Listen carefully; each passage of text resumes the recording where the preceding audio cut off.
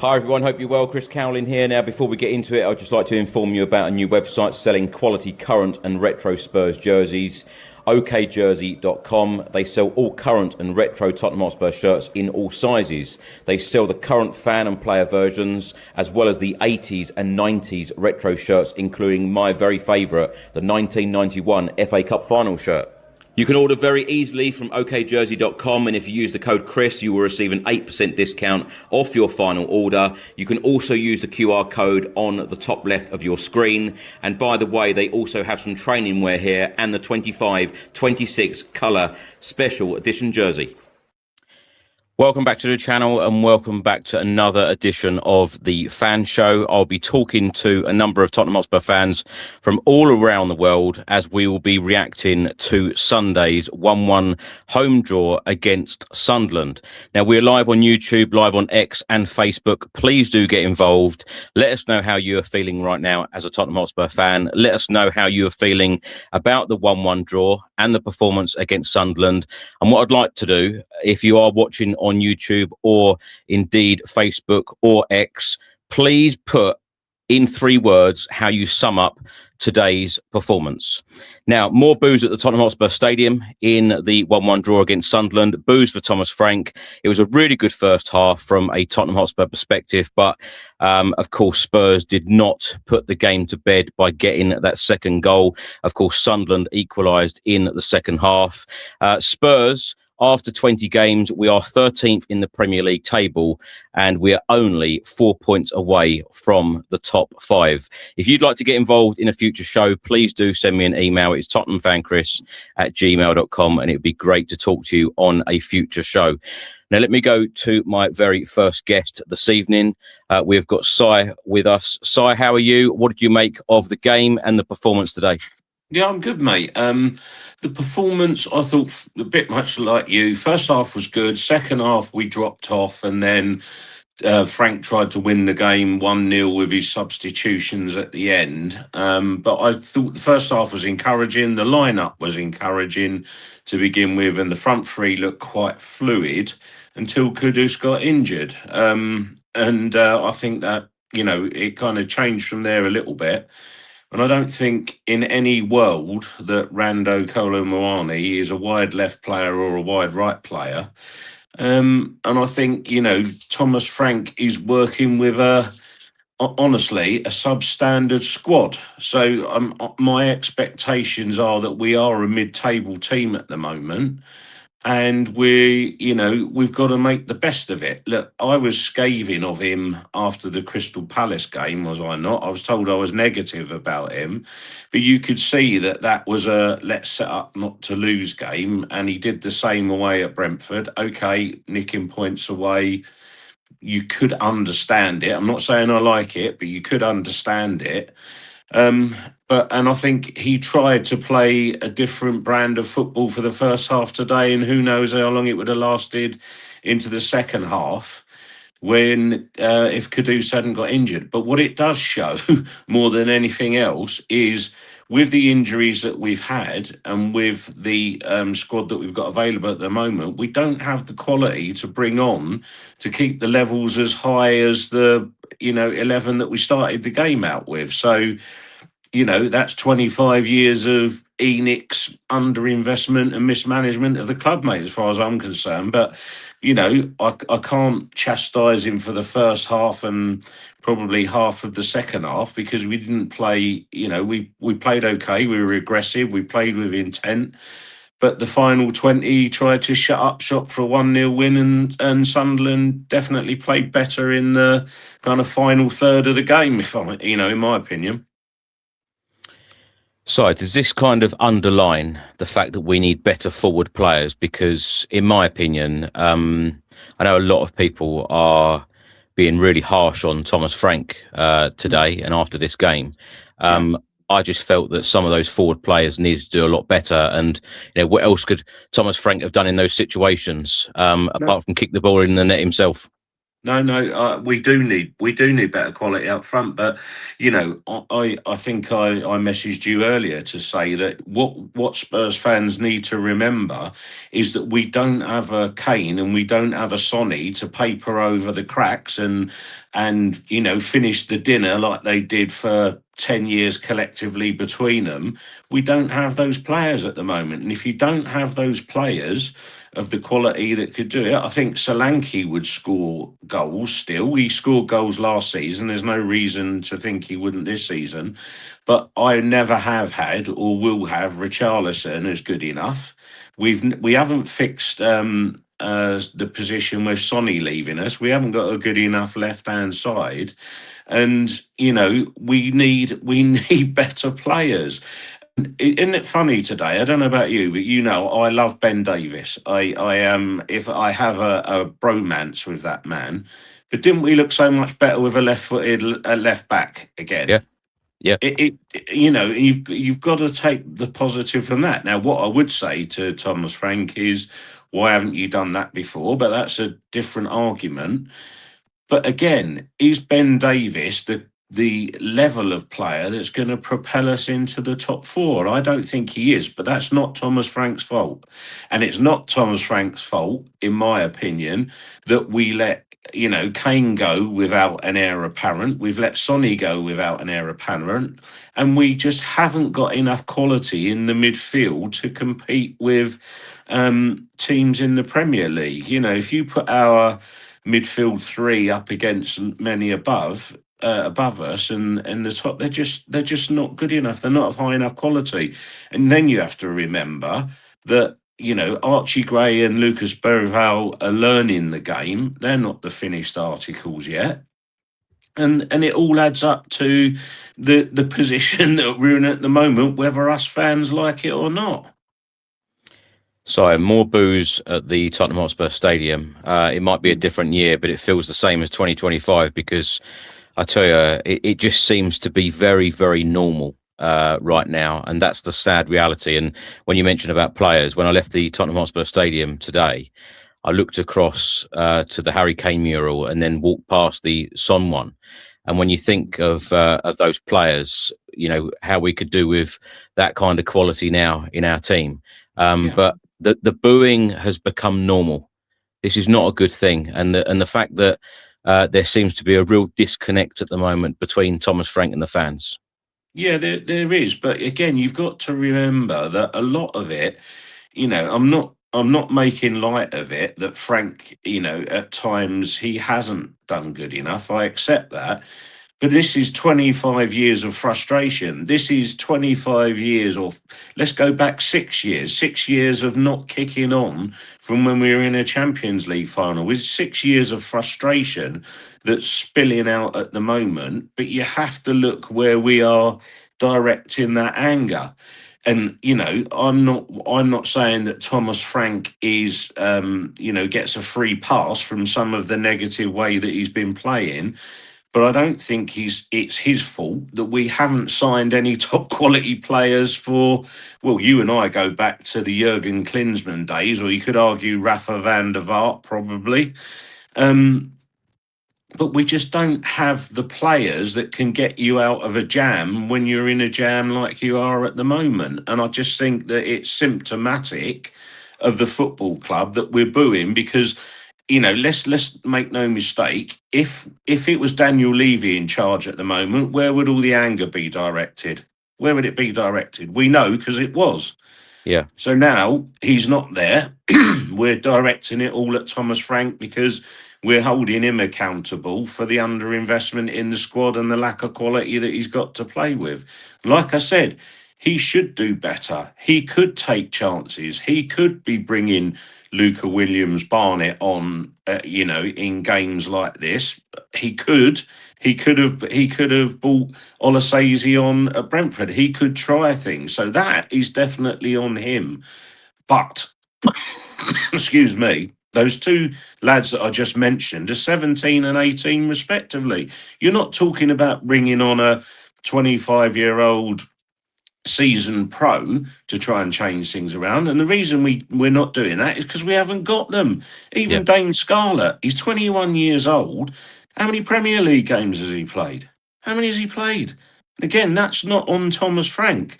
And if you look at the bench again today, I know we were all bemoaning the Brentford game, but he had, excuse me, he's got Dragusin, Danso, Jed Spence. What options has he got really to change it? He hasn't got it, and that's not on him. That's on the club not investing at the right time. It's fair to say, Sire, isn't it, that this is a collective problem. The players need to do better. Thomas Frank needs to change a lot of things, and I suppose the fans need to be patient with a manager trying to sort a number of things, because he's come out and said a number of times it is not a quick fix.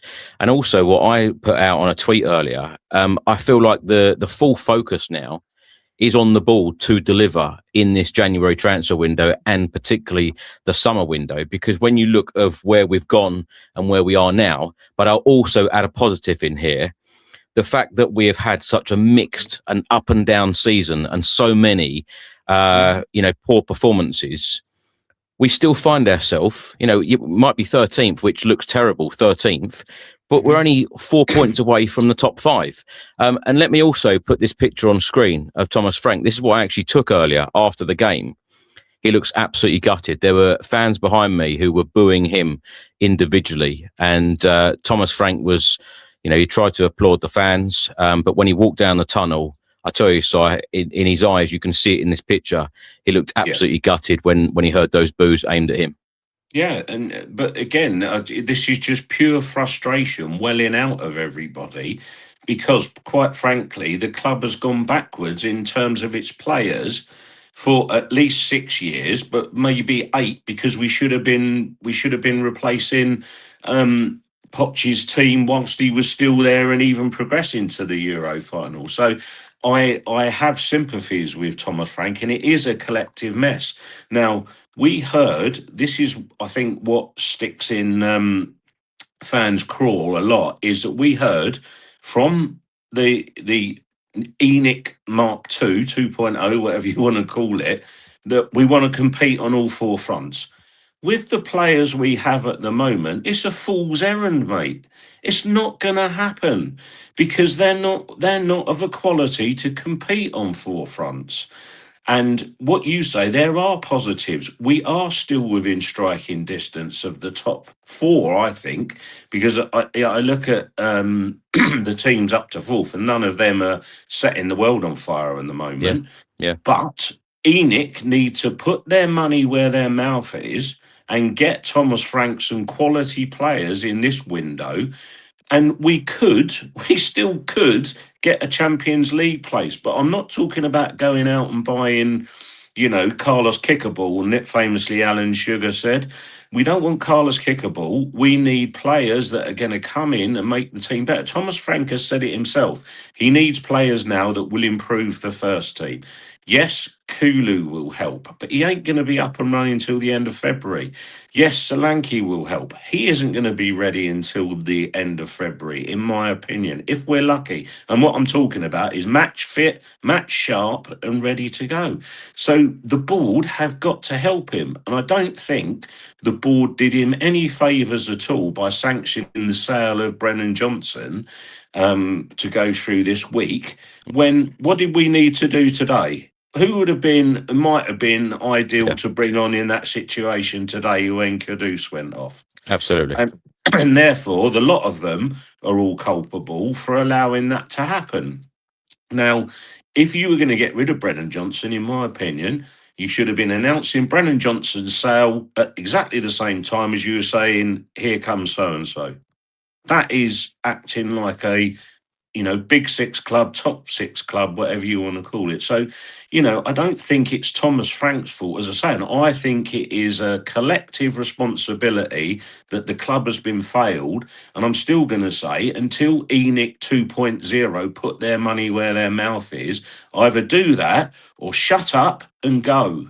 Because there are people, as we know from the summer, that would have bought the club and would have put the money in and would have got players of a higher quality that would take us on. So, ENIC, you either show up or shut up. and go. It's one of the two for me now, mate. So I've been asking fans to describe today's 1-1 draw against Sunderland in 3 words. Paul writes here on X: spin, wash, repeat.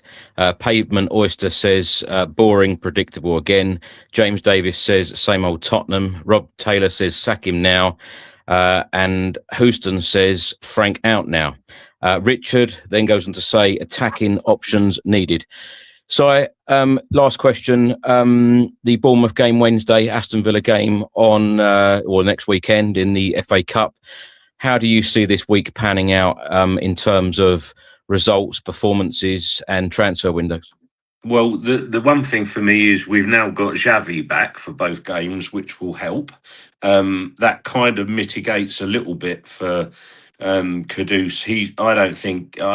I think he's going to be out for a couple of weeks, looking at the way he came off, if not more. And then, so I think Bournemouth, we're capable of getting something from that game if we play on the front foot. That's what I want to see. I want to see us on the front foot. Pretty much want to see the lineup today and perhaps swap Xavi out for Kudus. And I personally, I would put Rando Kolo Moani through the centre. He's not a wide player. And for me, Richie can't trap a bag of cement, let alone a football, and hold the ball up, which causes us problems because the ball's always coming back at us. And so I think we can get something at Bournemouth. Aston Villa, that's an interesting one for me. It depends how seriously Villa are taking the cup. Given their league position, and I think they've got as good a chance as we had last year of winning the Europa League. I think that they will put out a weakened team, but I still think their weakened team is probably as good as our strongest team at the moment, given the absentees. So that one's a flip of a coin for me. It depends on the lineups. It depends who goes strong and who really wants to go through. We could win it. Am I confident we will? No, but we could. But I'm confident for Bournemouth we can get something from that. With regards to the transfers, you have got to get people in the door as soon as possible now, because you can't go another 2-3 weeks with Kudus out but Xavi back, because if you look at that bench again, where's the midfielder who's going to change it? Where's the forward options that are going to make it better for Frank? You've got to go out, and if you are a top 6 club in UK, or 5th richest club in Europe or the world, or whatever it is we are, you go out there and you make it impossible for people to turn down your offers for a player, don't you? That's what big teams do. And, everybody, I hear people saying about it's difficult to get players in January. Man City didn't have trouble getting Mamouche last year, did they? Or teams around us didn't have trouble getting players in January. You just got to go out there, get them, do the deal, get them done and bring them in. And that comes down to the collective back office side of Tottenham, not the players on the pitch. But he needs help. He needs help now, and he needs better players. We need better forward players. But if we do that, and I'm still hopeful that bringing a Kulu and a Dom Solanke back into the fold, I still think we need 4 quality signings in January, believe it or not. I still say left centre back, left back, a ball playing midfielder, and a left winger. We need all 4. We need all 4. And even if you bring Solanke and Kulu back, that will just be about enough of a squad to give us a reasonable chance at having a crack at anywhere between 8th and 4th. In the final part of the season. And of course, probably like most Spurs fans, I'd like us to win the FA Cup, wouldn't I? Always do, every year, never changes. But there you go. I just try and be balanced about it, because it's not all Thomas Frank's fault. The first half was good. The second half we dropped off. But again, sorry, Chris, to labour a point. One thing I would say is, if anybody tells me that our players aren't capable of stringing 3 passes together, then I have a problem with that. But yet they can't do it. That's not down to Thomas Frank. That's down to the players. They got to up their quality. But again, in fairness, if you're going to pass the ball up to Richie and it pings off, and the best he can get is dive on the floor and get us a free kick, then the problem lies in the lack of investment in the squad, and we go back round in the circle again, mate. That's where I sit with it. Yep, a lot of great points. Si, thanks so much for joining us, and All right, we'll always a talk to you again pleasure. very soon. Yeah, look after you, mate, and love to all Spurs fans, no matter what. Cheers, Si. Right, we're now going to go to Darren Altman. Darren, how are you? I'm all right, mate. How you doing? Very good. All right. That was a Darren, tough one, wasn't it? How are you feeling about things right now? Just so frustrated. I mean, Si made a load of very, very good points. In the first half, I thought we played better than we have in quite a while. I liked Odeberg as the number 10. It was really nice to see things going down in the middle of the pitch, as opposed to what we normally do, which is hit it out to the left wing, the right wing, and have Porro or whoever on the left, do speculative cross in the middle. So that was really encouraging for me. 1 minute, like you, I went, well, I won't swear, bloody hell, we've had a shot on goal. That was unbelievable. And then a few subsequent shots. And as I said, we looked more creative and we were breaking the lines. But all right, when I say capitulation, we didn't lose the game, but that capitulation in the second half, toothless. I don't know what was said. I don't know what happened. But, when Odeberg went off, I don't think that helped us, and we sort of reverted to type. I mean, God, it was just so disappointing. I mean, Sice talked about Richarlison. We got him from Everton, and he was banging 13 goals a season. Not amazing numbers, but he was doing what a striker's meant to do. And with us, like Si just said, if he's not falling over in the box, I just don't know what he offers. Kolo Muani has gone from pivotal for the French national team in the World Cup in 22, against Argentina, scoring his penalty in the final, the shot against Martinez, to just, I don't know what he was doing today, Chris. I just, we desperately, I left you a message on our little group, and we desperately need a striker, amongst other things. We desperately need a striker. We are a team. We haven't had a striker since Kane, and God knows since, was mentioned, I think, Robbie Keane and Berbatov was mentioned today. And it's, and the players that are scoring goals are bloody defenders. Romero, Ben Davis. We've just sold our top goal scorer for last season. It's just bonkers. I don't know what's going on. It's just so frustrating. It's so frustrating. That we should have won that game today. It was there for the taking. It was there for the taking. And now, we got Bournemouth away. Anything could happen there. And we got Villa at home, which I'll see you there. I'm going to that one with Callie, but just frustrating today. Frustrating. Darren, David writes here on X, painful as always. Scott says Frank Ball is awful. Grant says Thomas Frank out.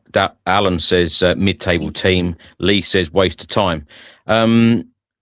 What's your expectation for the rest of this season under Thomas Frank? Because as I said to Si there, you go to all these home games, and the majority of the home games under Thomas Frank's management, we have heard and seen boos, seen and heard discontent from the Tottenham Hotspur fans.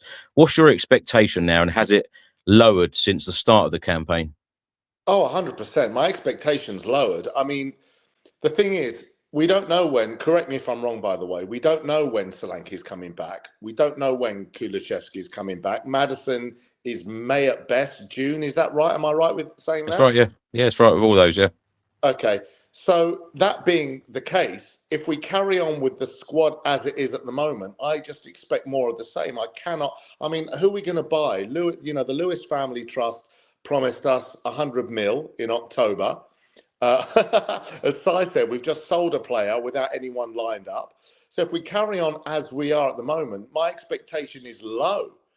I mean, I would like us to get a European spot, whether it's the Europa League or Europa Conference League. Something's better than nothing. But I mean, unless we get Kulishevsky back and Solanke back pretty darn quick, I don't know what's going to happen, Chris. And I'm going to use an expression that you like. You like to say, ready-made Premier League player, a ready-made, not someone that's, or will take a punt on this person because they've performed well in the Dutch Eredivisie too, and he seems to be a bit of a young talent, and maybe we'll buy him and stick him out on loan for a season. We need someone to go, right, you are in, son. Get in, you start.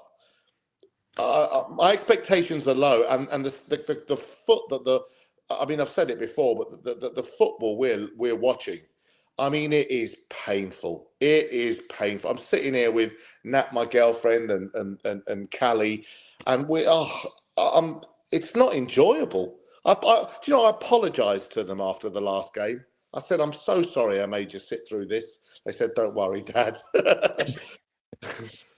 Darren, what positives, if any, do you take from today or the last couple of games or the time under Thomas Frank? What positives do you take? And the small positives that perhaps there have been, do you take that into the second part of the season that you hope and think that it might get a lot better and click? Well, we haven't. Oh God, I want to start with a positive, and a negative's just come into my head. We haven't had a Champions League game in weeks. Obviously, you were at the last one, as you always are. That being said, he still doesn't know what his starting 11 is. Every single team. So, all right, let me come up with a positive. He had a system today which was different. He had Odegaard as a number 10, and I like that. Like I said like previously, balls were going down the middle. He was being creative, and it wasn't a sort of hit and hope tactic. So today was good. That first half was positive. We scored. We were 1-0 up. That was a positive.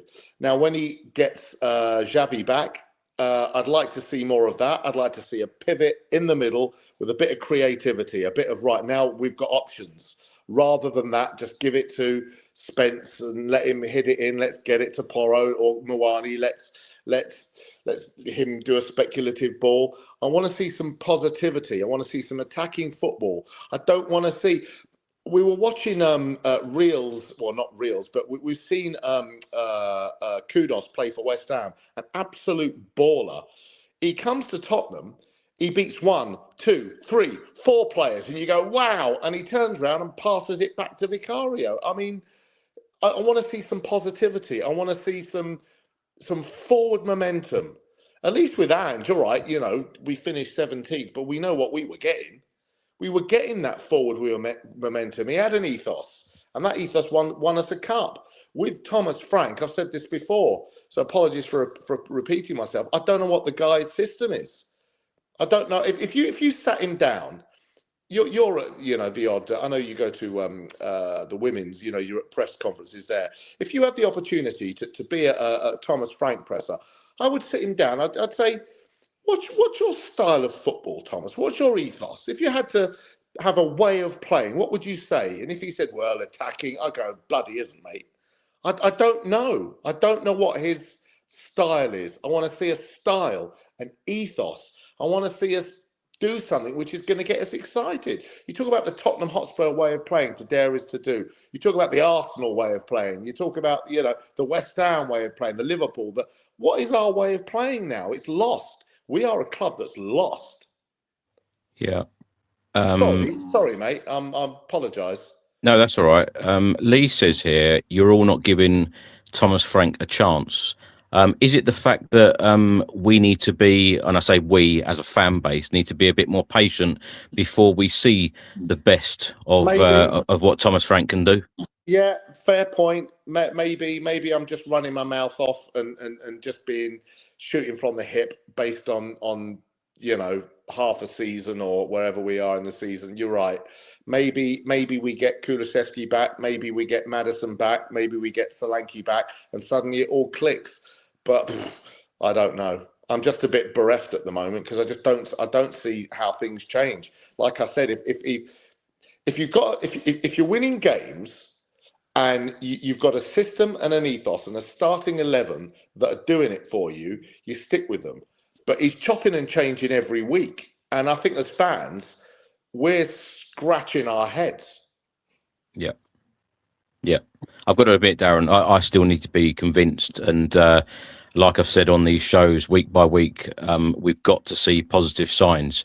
I saw positive signs in that first half today against Sunderland, and I was really pleased. And I tell you what, so was all 60,000 other people inside the stadium, because the Spurs team were actually applauded off at half time. And then, of course, at full time, there were boos for the team. There were boos for Thomas Frank. And, Craig mentioned it on the podcast earlier. It was truly a game of two halves, of two different emotions. At half time, clapping; at full time, booing again. And I suppose this is where we are as a football club right now. A lot needs to change. Let me ask you, because you were in the stadium, what happened in that second? I mean, I watched it here. What happened in that second half? Why did we just why did we just go back into our shelves and regress, and like we couldn't string passes together? What do you think? What did you see with your own eyes, the big picture? I feel like we've seen halves like this all season, and that is what is really frustrating. And we mentioned this on the podcast, the fact that in the first half you can see that we can create chances. We can see that we can do what we need to do. But like Thomas Frank said, you're never gonna you can't just live your life 1-0 up in a Premier League game. You need to put that game to bed. I think we've all said it. You needed to put that game to bed to score that second goal, and that was truly, truly disappointing. And when we didn't get that second goal, and then Sunderland were on the attack in the second half, I think a lot of people were feeling them very nervous, thinking, "Look, we haven't put the game to bed," And we've seen this so many times, Darren, haven't we? It's frustrating. And the thing is, like I said before, we don't have forwards that fill us with confidence. Yeah, we don't have a Haaland or a Harry Kane or an Ollie Watkins. I mean, and Si was saying when we play Villa, they may have one eye on the cup. He comes off the bench and bang, he gets a goal or maybe 2 goals. We don't have that. I'm sorry, but Richarlison isn't the one. And from what I've seen, Colomwani at the moment for Spurs, he isn't the one. Maybe he'll click. Maybe I'm being too harsh and he will click. But nothing that I'm seeing at the moment with this team or with this system just fills me with confidence. It just doesn't. Yeah, with full respect, when you go from the likes of Harry Kane and Heung-min Son, and now you've got Richarlison and Colomwani, there is a huge quality difference there. And I don't think any football fan or Spurs fan would argue with that statement. Things need to change in the right way, and we need to show real intent in these transfer windows and bring in better quality players, Darren. But can I just say one final thing, and I have said this before, but I think it bears speaking about, because we are in a transfer window and we have been gifted this money, supposedly. After we had the Europa League, and I've said it before, we should be a team that people want to come and play for. We should be a team that when the board goes out and says we want X player, Y player, and Z player, they go absolutely. Tottenham are, they've won the Europa League. They're playing Champions League football. Don't forget, we're playing Champions League football, the pinnacle of the Europe Cup competitions, and we can't bloody get classy players. Semenyo doesn't want to go to Tottenham. Eze doesn't want to go to Tottenham. It's unbelievable. They should be queuing up to play for us. The best stadium in the world, the best training ground, the best facilities in the world. People should be going, please get me into that club. Having words with their agent, please get me into that club. We can't get anyone. Yep. I can't disagree with that. Darren, thanks so much for joining us, and we'll talk to you again very soon. All right, lots of love, mate. This is your 3rd show today, so unbelievable. Thank you, mate. See you soon. Yeah, lots of love. Right, we're now going to go to Leo. Yeah, Leo, nice to speak to you again. How are you? I'm very well. Personally, I'm fine. I'm great. But as a Spurs fan, the trauma has returned viciously. How are you feeling, Leo, with Tottenham? I don't think you've been on one of our shows this season under Thomas Frank. How are you feeling right now? Yeah, man, dejected. initially when Thomas Frank was brought in, you know, there was optimism there. I mean, to be fair, I know we spoke last season regarding Ange, whether he should stay for the third, is it second or third term actually? And I did say he should be sacked, but then after he won it, I was feeling, you know what, he kind of proved himself a little bit. I would like to see what season 3 would bring under him, right? So I was slightly a bit disappointed that he got sacked. Now, nonetheless, we brought in Frank, and I was like, okay, let's see where this guy goes. Obviously, we started off all right. He's taking a team that just finished 17th, and he started off all right. First few games was cool, you know, whatever. But then I realized something that every week now is just confirmed to me, that I just now believe that he's not the right guy. You know, there's certain decisions that myself, and I'm not a football manager, right? I don't get paid tens of thousands of pounds. I don't spend my whole life studying the game.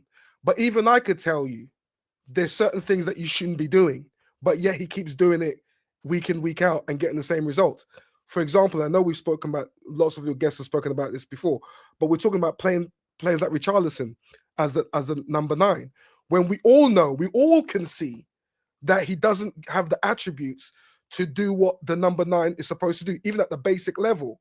And that alone, that trait alone, is the reason why we can't even function as a team. When you have a striker that can't hold the ball, that can't do these basic things, but you can't see it, but everyone else can see it, then I'm thinking to myself, is this guy serious? You know, I would happily play a Kudus. I'd rather play Kudus up front, because we know Kudus is strong. We know that if the ball goes up to Kudus, he can hold the ball up. We don't have Solanke. We don't have any strikers. But as a manager, your job and your talent, this is where you're supposed to shine. These are the moments we're supposed to see what a manager's really made of. When you don't have all the tools, what is your skill? What are you supposed to do right now that is gonna bring the best of the tools that you currently have? That's the problem that I have with Frank, because you can change things, you can do things with what you have. Are you trying to tell me the players that we have are not better than Sunderland? Are you trying to tell me the players that we have are not cannot compete against the likes of who did we play last week? Crystal Palace? Who did we play last week again? Crystal Palace, Brentford, all these teams. You know, we have quality players, but they're not performing. We have Kudos, a quality player, but he's not performing. Why? You know, all of these decisions, and I'm sure people say, oh, we don't have the players, players are injured, but he has enough to do better than what he's doing right now. He has enough to instill a system that we all can see and say, okay, at least he's trying something, you know. But what Frank is doing, and from someone that's not an expert, I can see his mistakes. Richarlison shouldn't be kicking up. Richarlison shouldn't be near the first team at all. I'd rather play a youngster than Richarlison up front, because I know at least he can he can do the basics. When Richarlison plays, we are literally a man down. And you think, and I've said this since, you know what I feel about Richarlison. I call him the fake Brazilian, right? You know, we're effectively a man down. And when I saw the team sheet today, I already knew this was going to be a tough ask. I knew it. Obviously, I was a bit surprised at the first half. Yes, we played well, but I knew that this guy, we weren't going to cross the finishing line. And then the next thing that Frank does, which he's done since the beginning, was make these substitutions. And whenever we make these substitutions, we regress. It happened in the PSG final. I'm sure we were 2-0 up. And then he made the changes, and then we regressed. We capitulated. And it's these fine margins that shows me that Frank is not the guy. And another thing that I want to mention as well is the lack of I'm not inspired when he talks. He doesn't galvanize me. God knows what he does to the players. He's so passive. He's so uninspiring.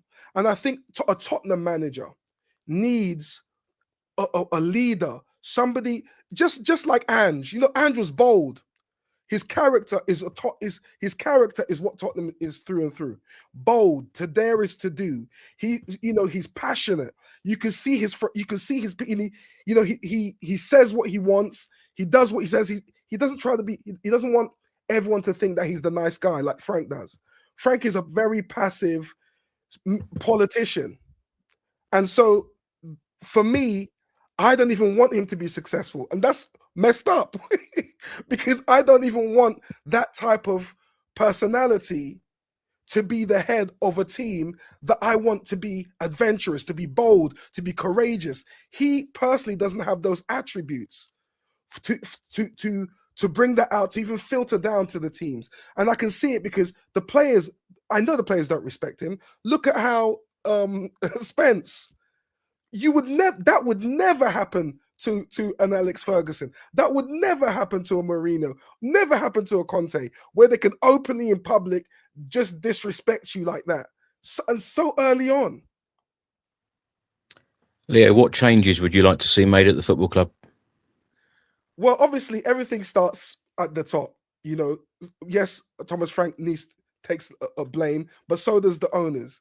The fact the recruitment is horrendous. Absolutely horrendous. Again, decisions that people make in the hierarchy. For example, I can tell that it isn't a Spurs, but he's not ready. But yet we go and sign him. And it's these decisions that I'm thinking, are these people mad? Why sign the players like that? The recruitment needs to change. We need to buy players that are doing it, that are smashing it in the Premiership already. Like the Semenyos that now, why are we going in for him now when we could have gone for him a couple seasons ago? Why is it now that is it just to show, oh, we tried to get him, but we didn't get him, but guys, we tried? No. You knew what he was about. You need to be breaking the bank for all of these things. So as the owners have said now, they want to change it and make us be a force. So they have to put the money where their mouth is. They have to do whatever they have to do, not only to bring the better quality players into the team, but to appease the fans, to show the fans that a new leaf has turned. We can't. Jan Levy's not here anymore. You can't hold the abuse at him. So obviously January is hard to bring in players, as they say, but they still need to do something. They need to still do something because we can't continually see this continuously happening. It's very poor. Leo, final question for you. There's a lot of people in the chat, and I've seen a lot of these comments as well on social media. I know there's a lot of people that are unhappy with Thomas Frank, but there are also a lot of people saying, look, we're only half a season in. Thomas Frank needs time and patience. What would you say to those fans? Like I said, I would say to those fans that they really need to understand what a coach is supposed to do, right? Not every time a coach needs to have everything at their disposal for them to say, I'm a good coach. You can define a good coach when he literally has not everything he needs, but he's able to put in a system, being able to do something that is gonna have an effect on proceedings. He has proven, based on decisions that he continuously makes, that he's not the right guy. He has players at his disposals. He's got Van der Ven, he's got Romero, he's got Danso, he's got all of these quality first team defense. He's got number one keeper. He's got Kudos. He's got all of these players at Pelino that he's got that alone are better than the teams that are beating us. So are you trying to tell me that he needs to get everyone else in place for him to get this team working? No. He already has the tools. He already has the players to be doing much better than what he's doing now. Thomas Frank, I think the Tottenham job puts a spotlight on whoever takes the job. And you need a specific personality that's able to handle that pressure. Be able, not only for the fans, but the players and the board and the media. You need to have a manager that is experienced in being exposed in this way. And Thomas Frank doesn't have that. And so that's the big problem. He's not experienced in that. So that's why his decisions are very reactive. He's still trying to figure things out. He's not bold enough to drop a Richarlison. He's not bold enough to say, you know what, I'm going to do this. I don't care what anyone says. I'm going to do this. Ange was able to do that. Ange says, I don't care what you do. I'm playing it my way. I do not care. That's the boldness you need. A Conte would do that. A Mourinho would sub a player in 20 minutes in the game. He does not care. Thomas Leo, do that. Leo, very lastly, I just remembered the last time I saw you was on the day of the parade. And, you know, let's finish on a positive with me and you. How did you feel that day? Because that was incredible, wasn't it? It was the best day of being a Spurs fan. Absolutely phenomenal. You know, it was a dream come true. You know, let me tell you something quickly. I prayed to God, right? I said to God, please, I don't care, even if we finish 17th or 18th, whatever, as long as we don't get relegated. But if we win this tournament, I'm prepared to write off next season. Right? Let us win this season, and that win would fill my whole spirit up for a couple of seasons. Just the fact that we can win, just give us this win, and God answered the prayer. So maybe this pain is part of the package deal that I did with the gods, right? But that day, incredible. The atmosphere, the chanting, the camaraderie, just meeting people you've never met before, hugging, the singing, the team on the tour bus. Yeah. Oh, mate, it was absolutely incredible. The best time being a Spurs fan, and especially because I have lots of Arsenal fans that live around that area that I was trying to call out to say, listen, why don't you come and see me? I'm in your area. Come and none of them wanted to come out. It was the best, Chris. So yeah, that one. Let's end on that. Yeah, Leo, great to talk to you again. Happy New Year, by the way, and we'll have to get you back on the podcast very, very soon. So I'll be in touch. No doubt, brother. Cheers, mate. I'll speak to you soon. Cheers, bro. Right, we're now going to go to Mitch, who we will be talking to for the first time. Mitch, thanks so much for joining us. How are you? Hello, can you hear me there, Chris? Perfectly well, yes. Mitch, how are you feeling right now? I can't hear you. I don't know what's going on here now. Okay, right. We'll go to the next guest. We'll try and get you back on. We will go all the way to Singapore to speak to Dustin.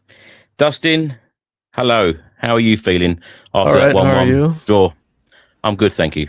Oh, the first half was...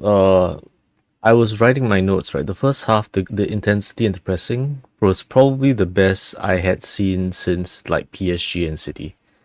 So it was really optimistic during the first half. I mean, I'm looking at my notes from the game, right? And it's like good, great pressure, you know, great passages of play, great chance and everything. Then I go to the second half and first thing I see is like Vicario flapping, Romero terrible back pass. And it's really a game of two halves. I mean, how was it for you when you saw it? Like, did you notice a significant difference in that second half? Massively, Dustin, yes. I tell you what, half-time, I was having a drink with friends, family, and I was saying, look, this is so much better than what we've seen in recent weeks. The passing, I thought, was so much better than what we've seen in recent weeks. A complete contrast to the Brentford game, to that first half. And I was very excited. But, of course, we needed to put the game to bed. We needed that second goal. Yeah, for sure. And I think there was one of the things that I noted that might have been an interesting reason why we played better in that first half was that the main passages of play that we've had in all our previous games have been Porro crossing it to Kudus, has been Spence carrying out from the back. But we didn't have Spence, and Kudus went off early, injured early. So it almost feels like now that our ball carriers are off, we're forced to play a different way, and that's why we ended up with a lot more passing and a lot more interplay down the center. So I don't know if that was something that you thought might be the case, but then of course our goal is because we're a set piece FC as well. Well, I think it was Craig who brought up that we haven't scored a goal from open play for about 8 hours. They're all from set pieces. I think we haven't. I think we're 17th in open play XG or something like that. Yeah, in open, we're not very good at creating chances from open play. Dustin, can I ask you? And I know you've got some slides here to bring, and thanks so much for all the work you do on this channel in this way. Where do you stand on Thomas Frank, and do you think that anything will get better in this second part of the season? And what do you make of the criticism aimed at the players again by booing and particularly for Thomas Frank? So I understand that manager needs time to get a system in, but it almost feels to me like I'm not sure what the system is, and I can tell now that the main pattern of play is he likes vertical balls down the flanks. But the issue with that is that if you always rely on vertical balls down the flanks, then at some point teams are just going to compact the center. They'll let you have the flanks, you just won't be able to cross it in. So it is a safer way to develop play, because if you lose the ball there, it's not in a threatening position for you because it's down the flanks, but it also means that you are trying to create in the same corridor, which is easier to defend. So, for example, there have been examples in the past 2 games, and I've been analyzing that because the next video that we're doing together is that analysis of the last 2 games, was that we don't like to play down the center, but actually when we do, in the rare occasions that we do, we actually create chances, but it's not a habit. It's not something that we do repeatedly. It's just something that happens one-off, and sometimes players instinctively have like good touches or flicks, and they penetrate through the center and they create a chance, but it's not a pattern of play. It's almost like it's an accident. And what is our pattern of play is set pieces, long balls, Porro lobbing it to Kudus and Kudus having to control it and beat 3 people. Dustin, do you want to go through these slides that you've uploaded? Sure. I'll go through I think the first one, which is pitch position, the one that has like the squares there.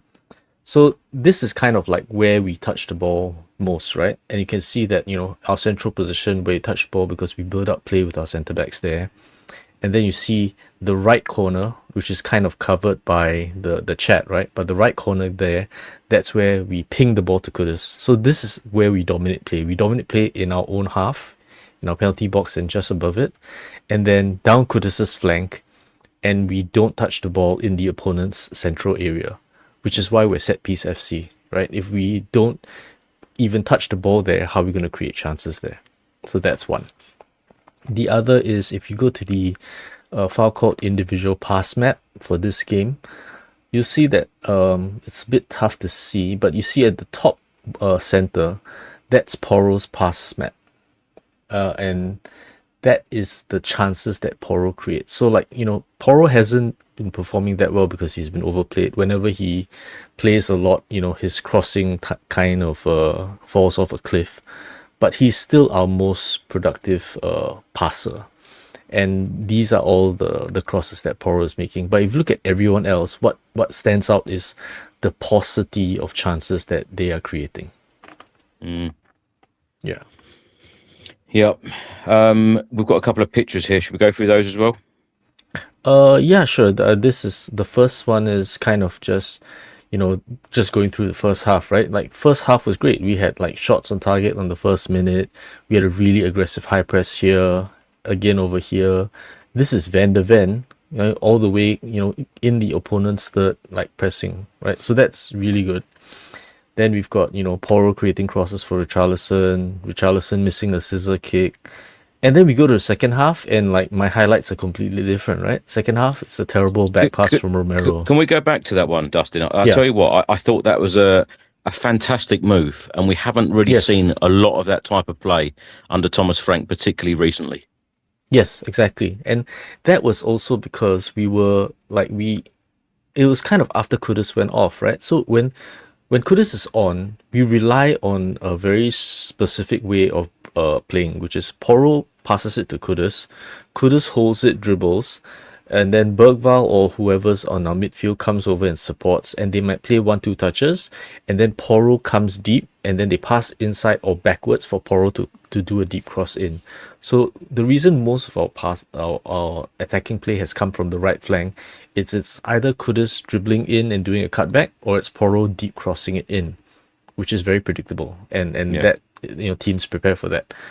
When we have Audrey on, or when you have other players that attack more on the left, then we have a bit more variety, we have a bit more space. Teams don't just have to focus on the right side. Yeah. Okay. Should we go to the next one? Yeah, sure. So this is Romero, the terrible back pass from him. This is Porro. Wait a minute. Where am I? Oh, sorry. This is actually the Palace game. So this is more. Yeah, no worries. So this is covering slightly different things, which is like we were talking about like Frank, right? And there are certain things about his coaching that confuse me a little bit. For example, we have problems with Vicario building up from the back, and he's not the most composed in his in his mid-range to long-range passing. So sometimes we kick the ball long, and this is a scenario where we know that we're kicking the ball long, but for some reason we have 5 outfielders back here, which means that when we kick the ball long, there are 8 Palace players against our 5 in midfield, the remaining 5 players we have. So it just doesn't make sense to me if we know that we're kicking it long, if we're going to leave ourselves understaffed in midfield. If you're going to kick it long, send the centre backs there to fight for the balls, rather than Archie Gray and Bergvall fighting for hitters against the midfielders. The other part about it is kind of so what we do is we hit these balls, and then Moani has to. This is the Crystal Palace game, but it's kind of like what we are doing to create chances. We're hitting long balls, and we have these big gaps in midfield where I don't understand why we don't have players occupying that space. I call it central midfield is lava, where our team doesn't take positions in central midfield, seems to have no interest in developing play there, which goes back to that picture I showed, which is why the opponent's central midfield area is a place we don't touch the ball at all. And then we go on to see that we've got all these verticals which you showed the last time, and this is why the verticals are a problem if we're going to hit them and they're not going into space. Verticals, if you're hitting them behind and Son is running up to them, that's fine, because he's running onto the ball. But if you're hitting a vertical and you expect the striker to chase them, they're doing it like this. They're running, looking backwards and trying to take the ball while centre backs jumping over their head. It's a very difficult ball for Richarlison to get to control, and his control's not the best already. And then Kudus can do it because he's got the skill, but then if he's got to trap such a difficult ball, it means that whoever's double teaming him has time to catch up to him and foul him or whatever. Dustin, I tell you what, the work that you do on these graphics are incredible, and the things that you point out. Can I just ask you lastly, when you do this level of work and you really analyse how we play, we set up tactically, etc., are you seeing improvements or not? I saw an improvement in the first half of this game, but the thing about it is that, like, if you see an improvement and you see a vision, then there are things to hope for. I'm very capable of separating bad results from good performances. So we had a good performance in this first half, but unfortunately, we made substitutions that tried to shut up shop. When shutting up shop, we don't really have good enough defenders under pressure to shut up shop with. And we saw that last season with Ange, right? Which is, if you try to shut up shop, you've got to very specifically decide that you're not going to attack anymore. And we did that in the last few games of the Europa League. But before that, if you're trying to shut up shop with this team, there are specific weaknesses in Romero and Van de Ven for that, because Romero tends to lose his man in aerial balls, and Van de Ven can be turned inside out by like tricky wingers. We saw what Isaac did to him last season. So if you want to shut up shop, it's almost like you have to change the way that they think and make sure that they are shutting up shop for good versus just transitioning the play. And it's not easy to like instill this mindset unless it's very extensively coached. So I feel that when I do these slides and everything, I'm watching the game normally at like 3x or 4x speed, and we see at 3x 4x speed, you observe a different thing. You observe how fluidly a team passes and holds the ball. And what I notice most about our team is how many touches our players need to take to control the ball, how inaccurate the passes are, how, you know, it's very hard for them to take the pass and do a one-touch pass or control it with their first touch. It normally takes a few touches before we can move it on. And when I was analysing our game against Liverpool, the difference in the passing quality was very stark. Dustin, let me just ask you for a final one. When you've showed those graphics and you've shown the stats with the right-hand side, and there's a big emphasis about Spurs going down the right-hand side with Pedro Porro and Mohamed Kudus. If Mohamed Kudus is out of this team for the next couple of weeks, how much are Spurs going to struggle, and how much emphasis is there now on Spurs actually signing a left winger and us playing more, you know, down that left side? Well, I mean, it's okay if Kudus is out, right? We can just put Brendan Johnson there. Oh, wait. That's what I was waiting for. Yeah. So I think that was one of the things I brought up earlier in the season, which is we're very over-reliant on Kudus, not just for like what he does down the right wing, but because he was our outball. Oftentimes, you know, it would be we were under the cosh and we would fire it to Kudus and hope that he would like do magic, right? So without Kulusevski being back, because we used to use Kulusevski in a similar way, and without Kudus and Kulusevski, we don't really have any players that we can use in that way for an outball. So I would say the shopping list has gotten a lot bigger because we already had a left wing, left centre back ish, left back, central midfield, and now possibly right wing as well. So that's 5 players. If you told me you had to do this in the summer, I wouldn't believe you. Do you tell me we're going to do it in a winter transfer window? I don't think it's going to happen. Dustin, once again, thank you so much for all of your input.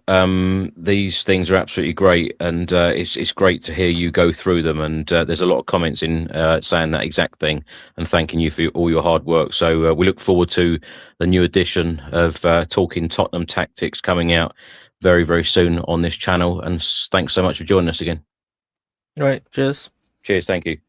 Right, thanks so much for Dustin for all of those presentations. We're now going to go all the way to Istanbul, Turkey, to speak to Audrey. Audrey, how are you? Oh, mate, frustrated. What can I say? Audrey, let it all out. Tell us exactly how you're feeling. Well, I feel like Heath Ledger in the Dark Knight when he turns around and always asks, "You want to know how I got these scars? My team again doing the same things again and again." I feel like talking like the Joker, to be honest, and a little bit. Our team is a bit of a Joker, you know. The first half they started well, got our hopes up, and then served us another load of schlop in the second half, unfortunately. Obviously, listening to Dustin, actually, there's a number of points that he made that I was going to get to, which is, some of our... where do we start? I think was it yesterday I emailed you or the day before? I don't know if you saw my email, but I couldn't come on the last live show, but I was kind of sharing some of my thoughts. And, one of the things that, all right, this game on its own, first half we started well, and I don't know what the hell happened in the second half. Why, Sunderland were there for the taking, literally. They had 7 players out. When I saw that, I thought, surely we're at home. We're going to go out there. We're going to get the job done. And, just this whole repeat situation where we're not finishing teams off is always coming to, it's just in this...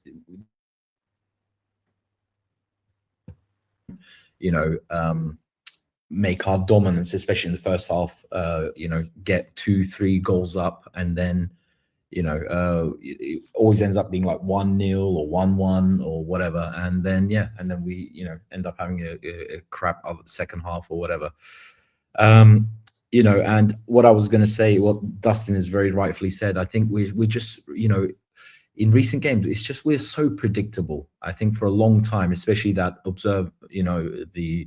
his observation about how the way we play, like Porro, he passes the Kudus then takes it down the wing, tries to get past 2-3 players, and then usually, especially in recent games, his final ball has been poor. I think one of the things, of course, probably if he hadn't gone off injured, we probably would have seen more of that in the first half, and maybe him getting injured and going off forced us to play slightly different, which is what kind of made the first half such a better, one of our better first halves, especially in recent games. One thing I would say is we do have a lot of players out, that's for sure, and I'm not going to use that as an excuse, but I think again, his Thomas Frank's choice of players, starting 11s, I think has got to be questioned. But even before we get to that, look, after Kane and then Son left. Okay, so you can argue Son in his last season wasn't the Son that we all love and know of previous seasons. He was kind of on the decline as well.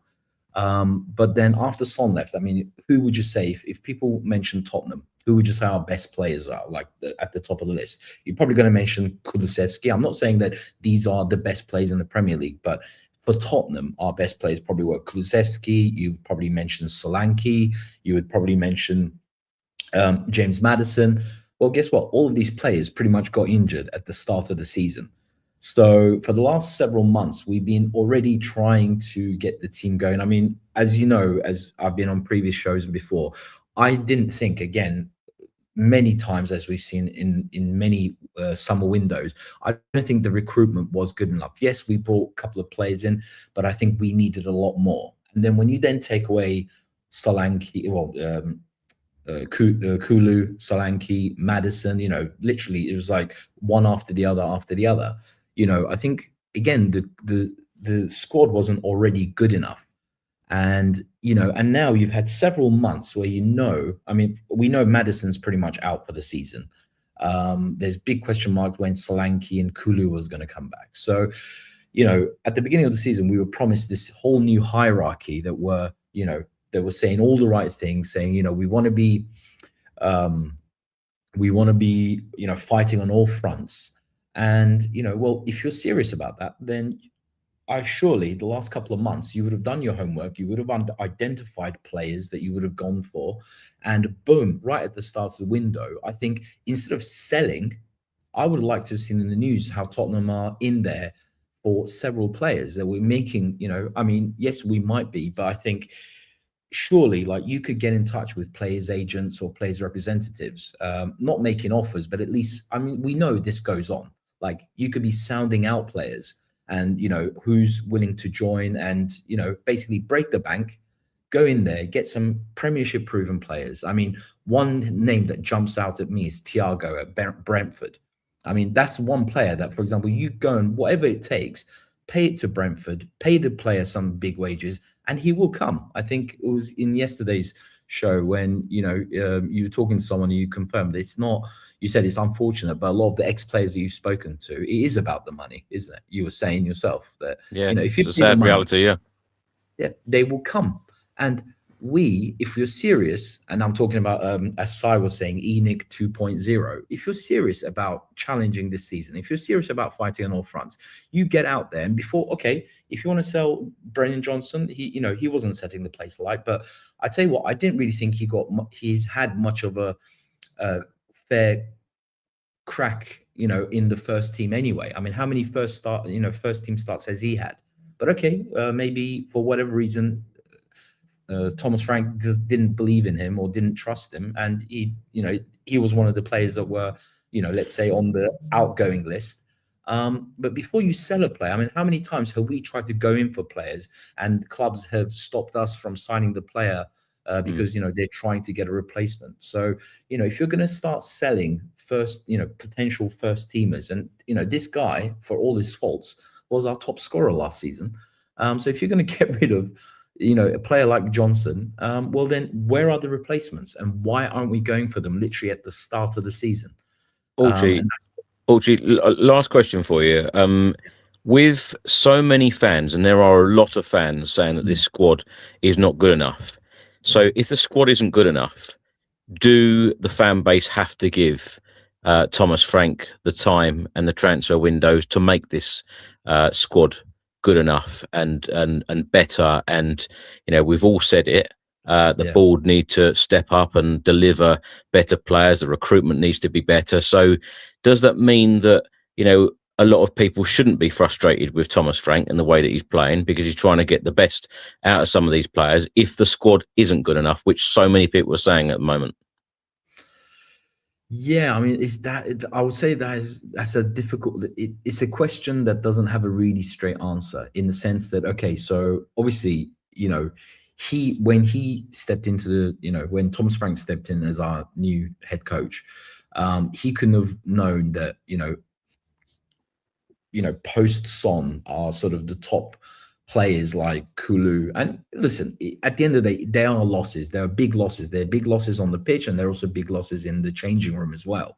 Their presence. So Kulu, Maddison, Solanke, I'm sure all of those players have got, except I think a lot of people love Kulusevski, obviously, because he's always performed for us, usually most of the time. But I know there are people out there, who've, Maddison critics and Solanke critics. But still, when you look at the squad, you can argue those are some of our best players in the squad. They're some of the most senior, some of the best, players in the squad that we have. And so that is a loss, because he had to then, juggle and kind of come up with and we've said in previous games, I don't think he knows what his best 11 are, or probably, with the exception of Maddison. I mean, we knew Maddison's injury was pretty bad, so he was out for the season. But probably Kulusevski and Solanke, maybe, again, and what is the medical staff doing? I mean, I get the feeling that they were supposed to be back a long ago by now. Like I thought they were supposed to be back in like November or something, weren't they? Both of them, as far as November. And I also feel that Thomas Frank's very frustrated by that. What he said in the press conference the other day, he didn't expect that Solanke would be out for this period of time. He didn't expect Maddison to be out, and we've had injury problems. There's no doubt about that. But the transfer windows, in my opinion, do need to be a lot better. Audrey, we've got so many people to talk to, so I know. Thanks so much for joining us, and we will get you on for a longer time.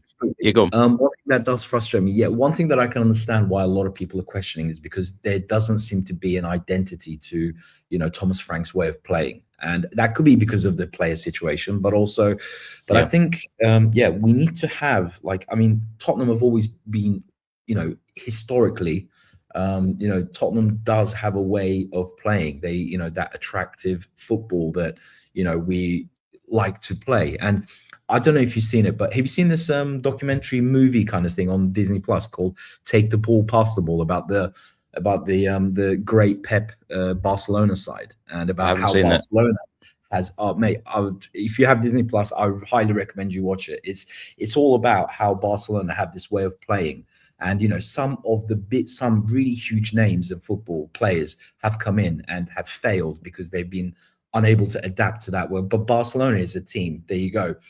From very much the Cruyff years, when Cruyff was a player, and then when he became their manager later on, and then, down the line, it's about the Barcelona way of playing. And it comes literally from the youth team all the way through the whole club. And, and there's a lot of, I highly recommend it. Watch it, and we'll talk about it maybe next time. But I think this is what we need to do. I think in this new environment, we need to really set our identity, that there needs to be a way that Tottenham play, and that needs to go literally through the whole, from the youth setup, from the from the academy all the way through to the first team. And I think we were kind of coming close to something like that under Poch, and that's probably why we were seeing players coming through the ranks.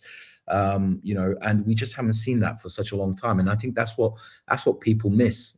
Everyone's missing those peak Poch years, and we've been suffering since. We had that kind of glimpse of what is possible, when you're well organized as a club, when you got, when you bring in the right players, and you even bringing in the right sort of youth players coming through the academy and things like that. But, and then after that, we just completely lost the plot again. And and I understand why people are impatient, because we have been suffering for probably like best part since 2018-19, and even longer. But yeah, it's a difficult one. But I think do I think that Thomas Frank should go? I think probably give him a little bit. I don't think club are going to sack him, if I've got to be honest with you. I mean, unless we go on a massive losing run, I can't see him getting sacked before the summer, basically. I think they're going to see how the season goes. But, the hierarchy needs to act. They need to act fast and go out there, get some decent players, pay the money, get some decent Premiership-proven players in. And, we do have some really good youngsters that can really use that experience. And hopefully that will bring bring some freshness into the changing room. Get some energy back in there, and hopefully we'll finish the second half much stronger than we have the first half. Audrey, I tell you what, I love you coming on, because you're so passionate, and you've got so much to say. And that's why I love doing these fan shows, because people come on and just get it all off their chest. And I feel like we haven't got enough time for you to get it all off your chest today. So come on again very soon. Thank you. Thanks so much. Cheers. Right, we're now going to go to Alex. Alex, good evening. How are you? I'm gonna go to bed soon, because I normally have to have a shower every single time I watch Tottenham, because I watch dirty performances like that every single week. So you know what I mean. But luckily, I don't go to games anymore. I don't go games anymore. So because if I go games, then I don't really care anymore, to be honest with you. It's interesting. People said we played well in the first half, though. Okay, we're okay. I wouldn't say we're like brilliant. I still think Sunderland were better possession than us, but that's it really. I don't know why people are so like surprised that we're doing the same things. We do the quick attacks all the time. So I don't know what the difference is really. Like I don't know why people are so surprised all of a sudden, because I'm not surprised. You can see the way it is every single time. It's the same thing every single week. Even when we win, it's dirty. I call it dirty. Well, no, I say it on my channel, I say it's not dirty. You have to have some bass in your voice. You say dirty. Dirty performances. Because it is that really. And I don't think we got the players. No, I'm surprised now. People are now starting to learn about Richarlison. How long did it need to take? Did it need to take about 2 years? Because it taken me not that long.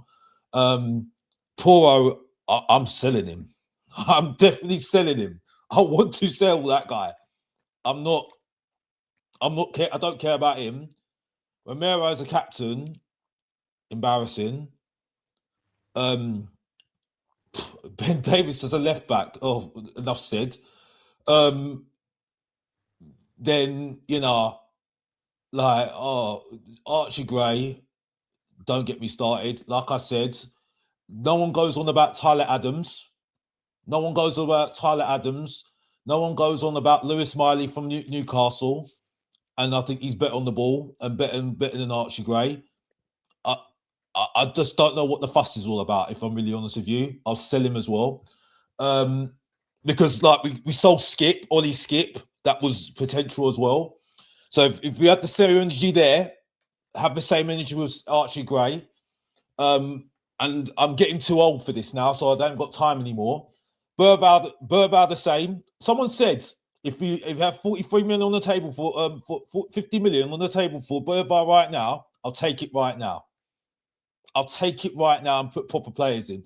Kone for Roma. How much did Roma pay for Kone?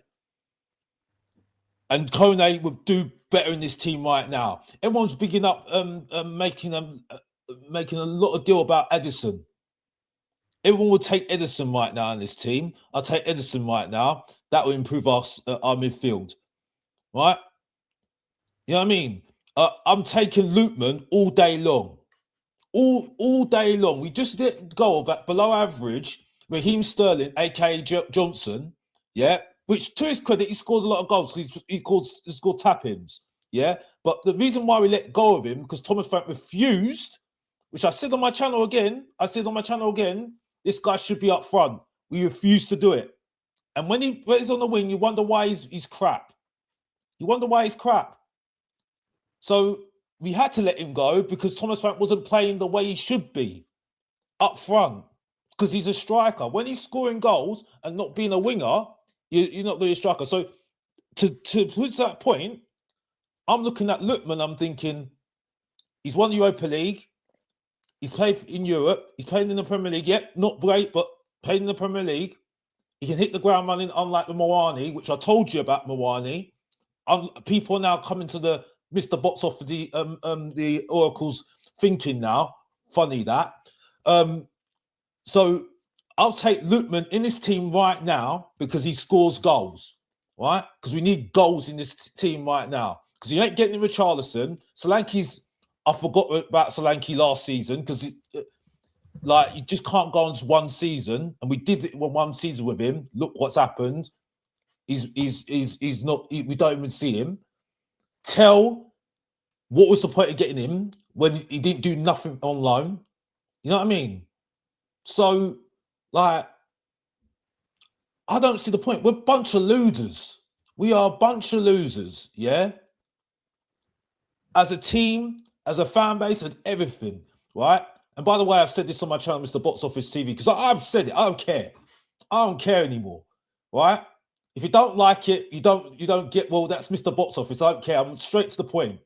Right? We're all a bunch of losers. Because all I'm going to hear today, all I'm going to hear from people on YouTube is saying, oh, we need to be balanced. Oh, we need to be balanced. So we need to just put our things out and say we just be balanced. I don't see Chelsea doing that. And we're saying we're a top 4 team. I don't see that from Manchester United. And they're going down the toilet. I don't see that from bloody Arsenal. That we're supposedly, as a peer, we want to try and be them like them. But, I mean, we're laughable. We're not top 4 team. We're nowhere near a top 4 team. We're a bloody 10th team. Yeah?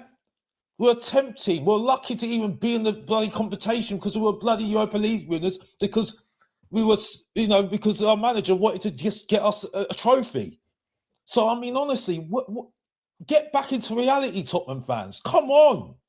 Come on. Seriously. To be honest, Alex, I don't know anyone this season who have called Spurs a top 4 team. Well, I've heard some people today saying it. What positives would you take from today? The fact I didn't go to the game, Chris. I'm being honest with you. You must have been, let me take you back to half time. You must have been pleased with that first half, particularly when we haven't seen that attacking intent very much this season. Yeah, but it's just showing attacking intent shouldn't just give you encouragement, Chris. Come on now. We have to see a little bit more than that. I'm not this guy, Chris. You know me for so many years now. You can't not know me right now. Yeah, I need a little bit more. I need a little bit more on the bones. You know what I mean? When I'm watching something, I've got to have something really to say, yeah, consistency every game. Yeah, I can't just see one half and say, oh, yeah, well done. That's fair enough. I think a lot of us fans, have higher standards, and we want the best for our football club. I think that's fair. It's not even just how it's just not high standards. It's just Chris, if I'm coming on here and I'm sitting here, and by the way, I'm not having a go at you, Chris. Here, by the way, I'm just being. I know. I get that. Don't worry about that. You're welcome. You're welcome to come on here and say whatever you want, Alex. Don't worry about what people are saying. Don't worry about. I'm not having a go at you, by the way. I know you're not. Don't worry about that. That's exactly why. That's exactly why I do these fan shows, so people like you can I'm come on just expressing myself. You know what and, I mean? and express yourself and tell people how you feel, and everyone else is welcome to do exactly the same. Just email me, tottenhamfanchris@gmail.com, and come on. So, for anyone giving Alex any stick, then, come on and challenge what he said. That's fine. Care. Because at the end of the day, Mr. Box Office and Alex are two different people. Yeah. You know what I mean? I don't really care. My point is, though, right? No, sorry, hold on. The only thing I was going to say is, when I said to you about a positive first half, is that, let's be realistic about it. A manager cannot come in and just change everything overnight. I know we as Spurs fans want that to happen, and we just click our fingers and everything will be fantastic again, and we'll be winning, with style and flair. We know that is not realistic. So we have to take positive signs, and that's what I've been saying all season. If I saw positive signs week by week under Thomas Frank, I would then feel really encouraged that he is driving us forward and moving us in the right direction. I'm still yet to be convinced by that, Alex, and that's how I feel. Some people have said that I've been negative by saying that. Some people are saying that I'm being too positive about it. I sit somewhere in the middle, and I want this to work under Thomas Frank. As we've spoken about over the years, we've gone through so many different managers, and I feel like it is a collective problem. I said this at the start of the show to our guest, Si, that, some players aren't good enough. The manager needs to do better. The board need to do a lot better in terms of recruitment, etc. So it's a collective problem. This is not going to change overnight. So do you see positives week by week under Thomas Frank, or how do you feel about the manager right now? At the moment, he's got to the end of the season. At the moment, and this is because of I can't. This is just because there's nobody at the moment that we can go for. The fact that it's a mess upstairs, because I don't even know if Pratigy's coming or going at the moment. I've got Johan Lang and Vinay, which I do not trust. You having a laugh? Johan Lang, who got rejected by Aston Villa. Look what Aston Villa are doing right now. You having a laugh? The reject from Arsenal, Vinay, who's all about communication. Like, I've got no hope of them looking for the manager right now. It's going to be an interim. Right, and we know what interim's all about, Chris, don't we, over the years, don't we? You know what I mean? And we know that where that goes. So for me at the moment, right, I can't have, unfortunately, by default, that was the word I was trying to think. By default, he's got to the end of the season. The only worry for me at the moment is that it's going like this. That's what it's going like. Even when we win, it's going like this. It feels like I said before, back in 1999 at the moment, right? Because, one of our best players at the moment, and that's by default again, is Bentancur, because he's saving us. But the thing is, though, when I look at Bentancur, he looks like a player that is very good when you're defensive. He's not a possession type player. That's why we struggle. Because why do you think we don't have that much of the ball, Chris? Like, Sunderland today looked very impressive on the ball. Again, another opposition team looked better on the ball than us. You know what I mean? Again, there's a problem, obviously, with the up front as well. And we haven't got players like... And I stick by what I said. It's interesting now, people are saying about Javi now. The Dutch Pretty Ricky. Yeah? They're saying, oh, he's not good. He hasn't been good enough. That's why I said I don't rate him. Not saying he's not a bad player. That's why I don't rate him on the basis of what I see from Kulusevski and Maddison. If you look at what Maddison and Kulusevski offer, and I think my feelings on Kulusevski, I don't rate him that much, but what Kulusevski offers, I think they offer more than what Javi Simmons is doing at the moment. Javi Simmons is going to do. You see what I'm saying? Look, I think this is fair to say. All you have done is slag off every single player in our squad. Who do you like? I don't really like a lot of them at the moment, because the only one. Who do you like? Who do you like? The only one that can hold his head up high a little bit at the moment is Van der Ven, because he has clearly improved. If you're going to push me on somebody that's improved, so only one player. Only one player at the moment. Yeah. Spencer's been okay. Right, I think he was unlucky to be out the team today because he's shown a little bit of energy. That's it.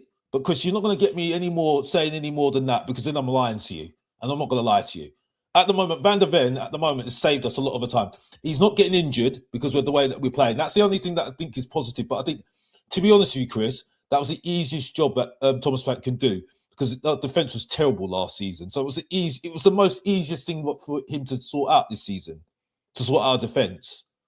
So for a defensive coach, a pragmatic coach, that was a simple thing for him to do. So I can't really give him too much credit on that. Really, his job was to make us balance in attack as well as defence. And at the moment, you're right in what you're saying. This is why I said at the beginning, he has to prove himself. People laughed at me. They said, well, you just got to back the manager. I said, no, I'm not going to do that.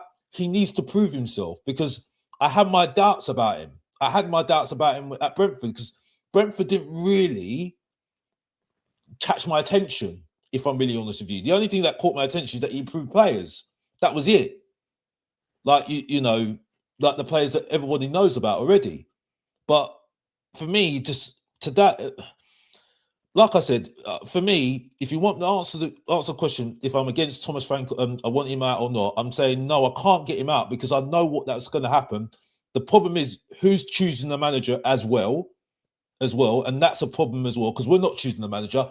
They're choosing the manager, Vinay, Johan Lang, and maybe Prataji, and I don't see them making the right decision on who they're going to bring in at the moment.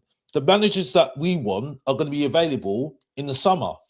You know what I mean? And that's my issue at the moment. You see what I'm saying? That's what I am. I've got a problem with at the moment. And that, unfortunately, I'd love to just have somebody else that just come in and just change it. But it is right. We still need better players, because I don't rate Alderbear. I don't rate Tell. I don't rate Archie Gray at the moment. I don't care if he's young. Well, I do like Paulinho, but I don't think Thomas Frank rates him. I've never rated Bentancur, but he's been okay. Right? Kudos, I thought was a good signing, but let's be honest, he's been up and down. Unlucky he's not fit. Right? Poor I want to get rid of now. Right? Spencer's been okay. Romero is just getting on my nerves. Van der Ven is going to be leaving next season, or he'll be leaving at the summer, because let's be honest here, right? Real Madrid and Barcelona were not going to not turn away from what he did against Copenhagen, right? Okay, and he's been one of our best centre backs this season, right? And you know, was it Doji in the final third is absolutely rubbish. I don't care if he's injured; he's always injured, but he's crap in the final third. Right, Alex, one is a wasted absolute time. So I could go on to every single player in this squad that I think needs to improve or get rid of or whatever. You know what I mean? But this is my feelings at the moment. I'm just fed up. I'm fed up with all of them, and I think it's more now. Turn off. Can we just turn off you Spurs now? That's what it's like for me right now, because it ruins your love life. It ruins your love life. You know what I mean? It's like you go to a game, right? And then you want to go out, and it's like you have a crap rubbish game, yeah. You see a rubbish game, you still got that feeling. So then you chatting to a lady, it's like, I'm still angry on top. No. It's like you don't want to. It's like someone's Alex's problem, yeah. It's like, oh, I want to talk about football. Are there positives in your love life, Alex? No. But it's just let me finish, yeah. Let me finish. But so my friends are talking to me about football. It's like, I don't want to talk about Tottenham. I don't want to talk about Tottenham. I don't want to talk about Tottenham. Yeah, you want to talk about Tottenham? No, I don't want to talk about Tottenham. No. Because I turned into Mr. Box Office. I don't want to talk about it. Just leave me alone with it. You know what I mean? I think we ought to bring on your partner instead. Partner? I wish. Anyway, I'm taking too much. My time's up, Chris. I'm taking too much of the time. Listen, final question for you. So, Bournemouth away on Wednesday, Aston Villa at home on Saturday, followed by West Ham at home, then Dortmund, Burnley away, Frankfurt away, 6 more games in January. In 6 games' time at the end of January, Alex, how do you think you're going to be feeling? What do you think is going to happen? I would have turned off, mate, and hopefully, it's still January, isn't it? Oh gosh, the weather's still bad. Oh gosh, I think. Oh gosh. Would the love life have got better by then? I don't think so. I don't think so. I don't think so. I don't think so. Unfortunately, we ain't got a magic wand, Chris. I wish they had the magic wand. The only thing that we can say is if they can get some good players in that can hit the ground running at the moment. But I'm not holding my breath at the moment. But I mean, from what Thomas Frank is saying, the fact that they got rid of Johnson, the way they've got rid of Johnson right now, and they need to get somebody in, because if they don't get somebody in, Chris, that stadium and the away fans are not going to be happy. You know what I mean? And they're going to have to sort something out, because it can't continue. But I've taken too much of your time, Chris. I you know what I mean? I don't want to take too much of your time, because I know people might be waiting. You know what I mean? So.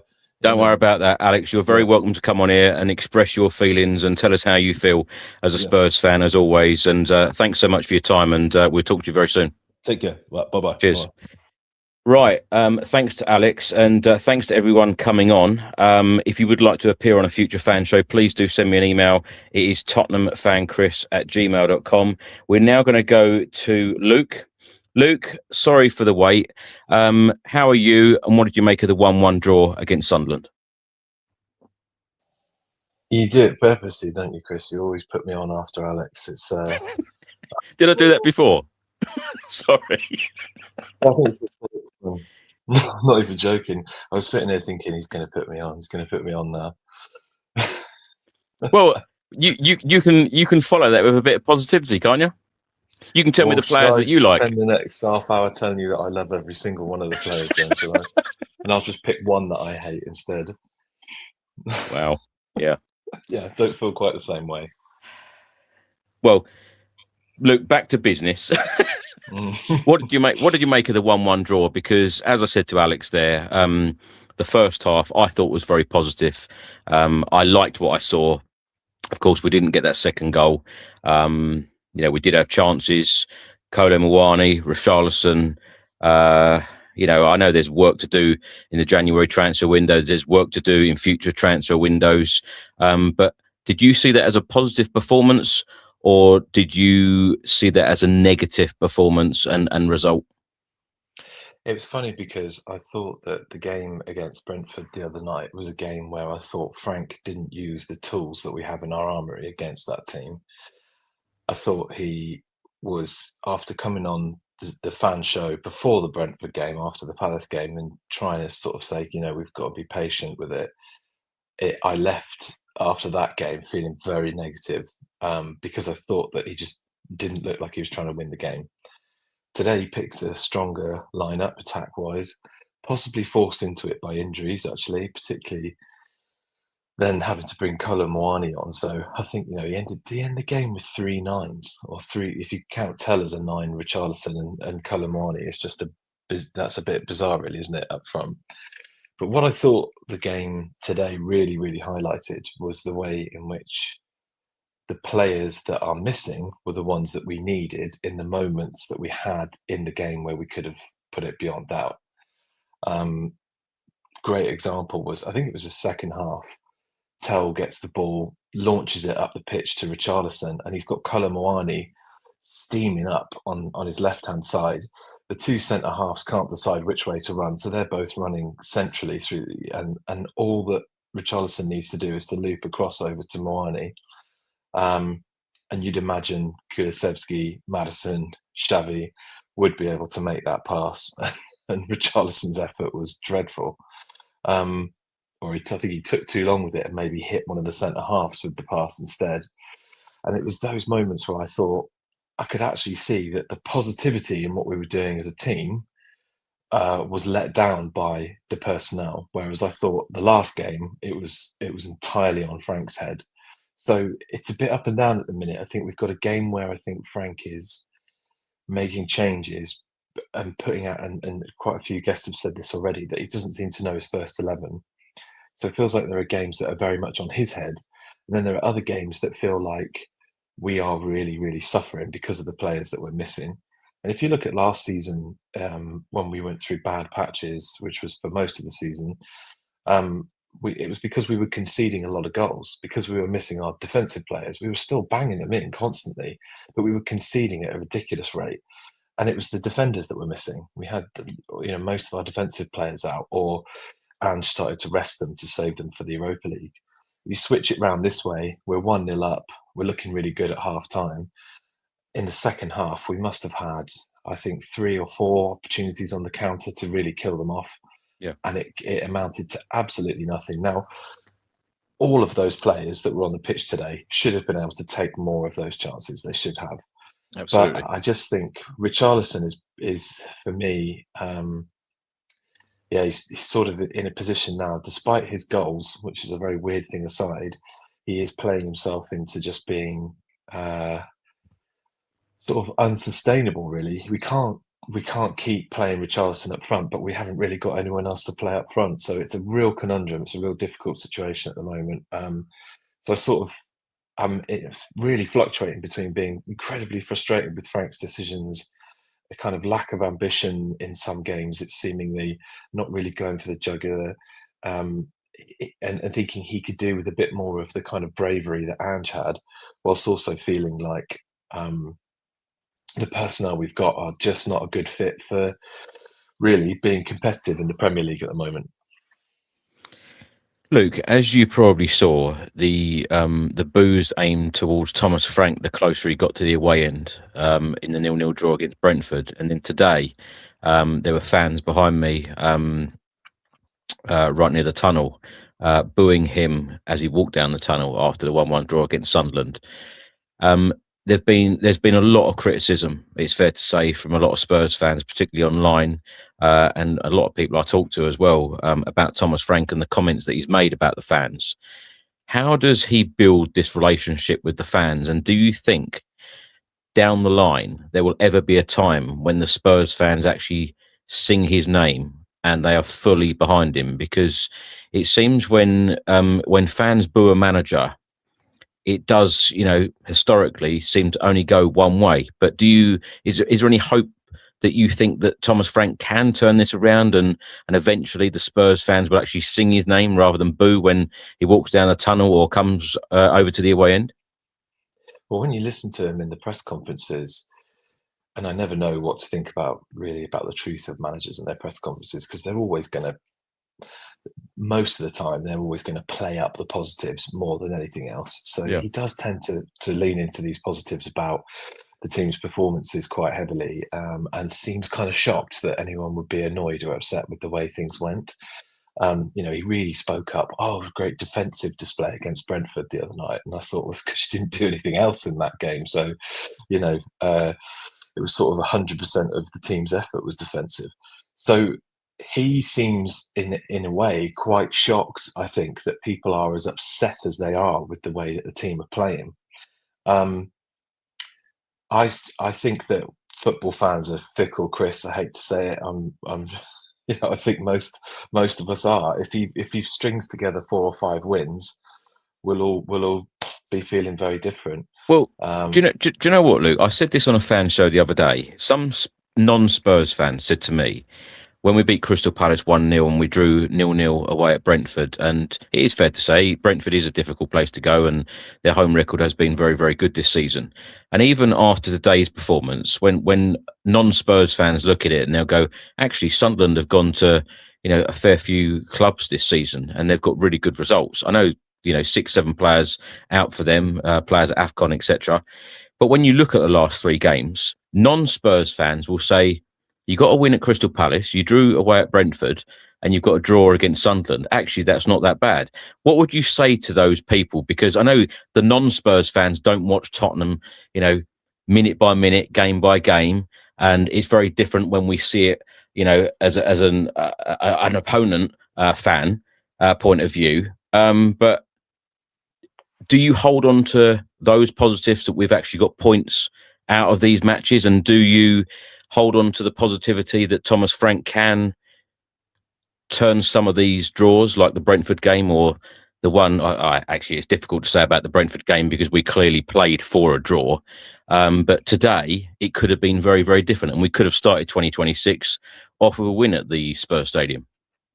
if you take those 3 games last year, if you imagine Sunderland were, let's say, for argument's sake, Ipswich, and you take those 3 games last year, then we have achieved, I think, so we got 3 points away at Palace where we lost last year, so that's 3 more, but 2 less at Brentford, but 1 more at home.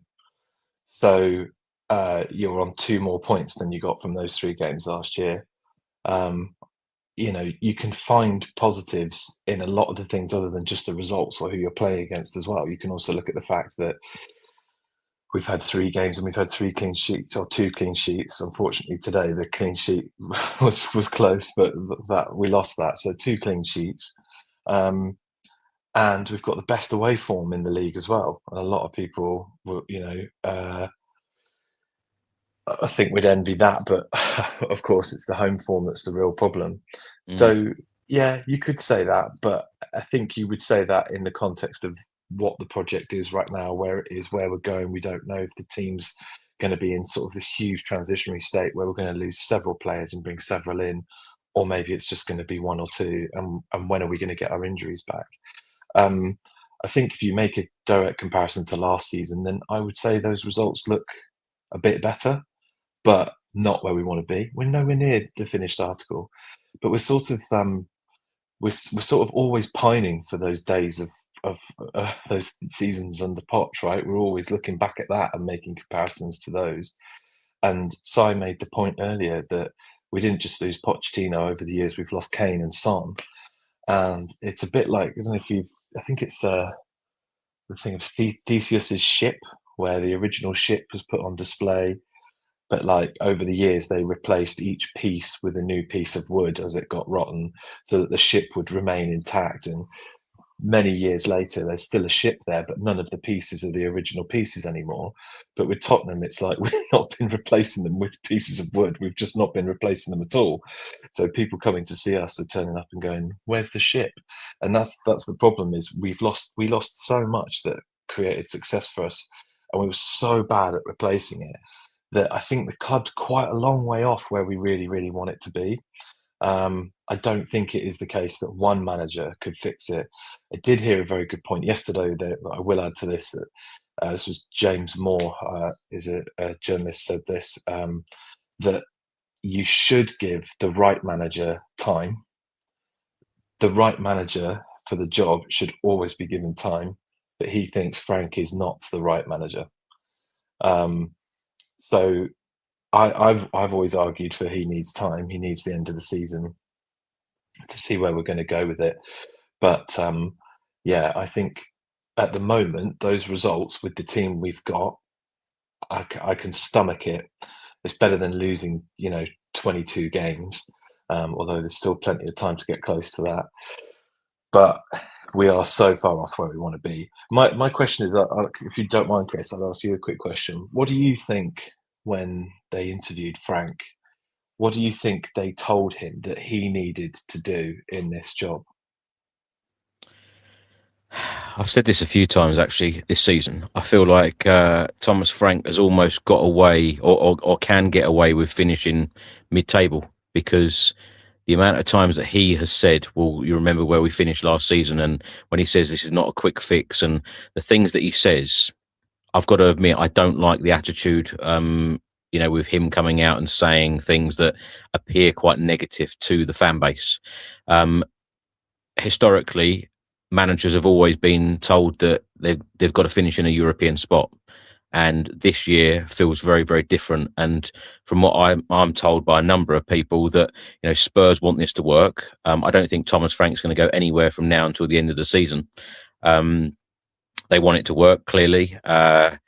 He says they're working very hard in transfer windows, but Spurs should be finishing in a European spot. And the one positive, Luke, and I've said this a few times in the last couple of days,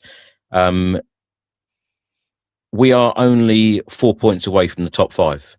And when you think of how many poor performances we've had, we should be, thinking ourselves as very fortunate in being in this position, and this is an opportunity we've got to grab in the second part of the season. And I've also said that there'd be a number of other clubs talking, managers, chairman, or whatever, boards, and saying, look, we're in this position, we need to go, up rather than down. And there'd be a number of clubs having that same conversation, saying, look, we need to grab this opportunity, but we should always be aiming for a top European spot. I do not want to go without European football again. That first season under Ange of having no European football, I found that extremely weird. And a club like Spurs should never, ever be without European football, particularly that stadium that we're in. But when a club has finished 17th in the league, forget the Europa League for a minute, when a club has finished 17th, I think that it's very easy for a manager to come in and say, well, we're 12th, it's so much better than last year, or we're 13th, it's so much better than last year. I don't like that attitude. Spurs should always be aiming for the very, very top. It's a difficult one, Luke. It really is. But I think he gets so much criticism for being the former Brentford manager and for having his time at Brentford. But I really don't think the board at any point sat down and said, hey, we loved what you did at Brentford. Would you come and do that here? Because what that basically means is that they'd be happy with, fluctuating from 15th up to 8 every season. You never know where they're going to finish, but they're always outperforming their wage bill in the table. And I don't think that's what they'd want. So what did they say to him when they gave him the job? They must have said, look, you've done this with Brentford, but really you're coming in here. We want you to really step up. We want you to take it to the next level. And if I was Thomas Frank, I would have been, excuse the pun, but frank with them and said, I will do that, but I can't do it with this team. I can get this team maybe 8th. I will push really hard and get this team to 8th. But with the injuries we've got and the players we've got and the fact that we are really slow in transfer windows, I don't see the team getting above 8th this year. Maybe next year, if we develop a bit more, we bring 1 or 2 players in. But right now, it's going to be a real push. And I think though, Luke, the club must be realistic about it. Absolutely, they must be realistic about it to think where we could finish. And that's why I say this transfer window is so imperative that we go out and just identify, some real decent targets in this window, because 1 or 2 players, or even 3 or 4 players, could make a dramatic difference to this team, and we might just stumble over the line and finish in a European spot. Playing, might be Europa Conference League, it might be Europa League. I don't think it'll be Champions League. You never know, though. You never know with top additions in. But I just think the 2nd of Feb, when the transfer window closes, I'll do a fan show on that day and get all of your thoughts on what we've done in the transfer window. And I just hope that a lot of us are smiling because we've brought in a couple of real great additions rather than having brought in nobody or players for the future. Yeah, I mean, we say that. We've just heard today that they've had a bid rejected for this left back, and in Brazil they only want 10 mil for him. I say only 10 mil, but that's what they want for him. They've lowballed it already and had it rejected, and it's like, oh wow, we've seen that before, haven't we? Yeah. Tom on YouTube says here, wishful thinking, Chris, is not going to happen. Let's wait and see. Luke, I could talk to people like you all night and day. We'll have to get you back on the main podcast in the near future, so we'll be in touch. So thanks so much for joining us, and we'll talk to you soon.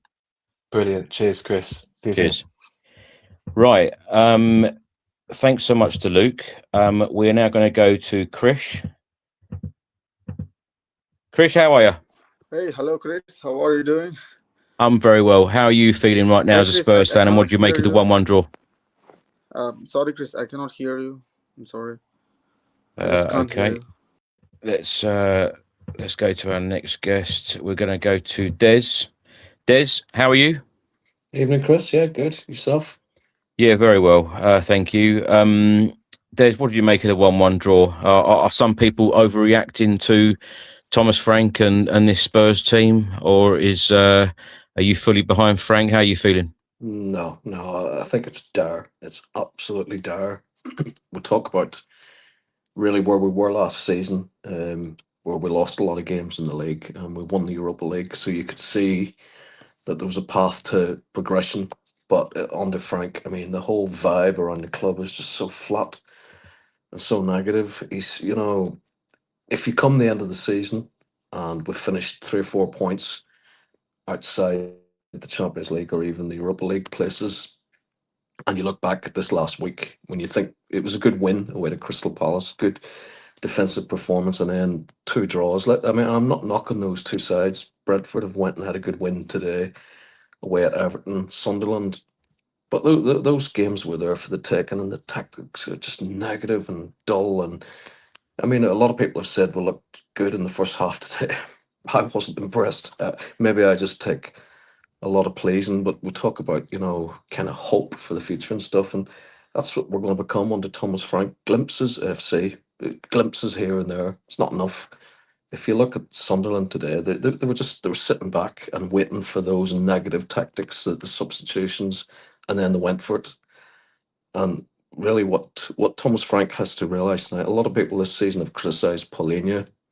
I think Paulinho probably saved Frank from a lot of embarrassment today. That foul in the 94th minute, there's every chance that Sunderland would have went forward and scored the winner from that. And fair enough, it was a free kick, but it came to nothing. But that foul gave the team time to regroup, because we were chasing the game and we nearly got caught out. And that just about epitomises everything under Thomas Frank. It's just so dull.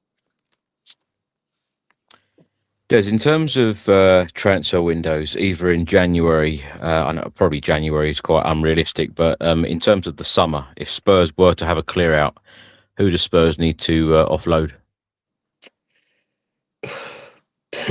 Straight away, the most obvious answer is Richarlison. To have someone like that leading the line, I think someone pointed earlier on, and it's exactly the same as I feel. It feels like you're a player down. He just doesn't anticipate what's coming. He's always slow. He's always, I think a bit late in the second half, where he had the chance to cross to Kolo Muani and hit it off the first defender and stuff. It's embarrassing to have that, as your main striker up front. It's just embarrassing. The guy he's absolutely woeful. He scored 8-9 goals, but he's just awful.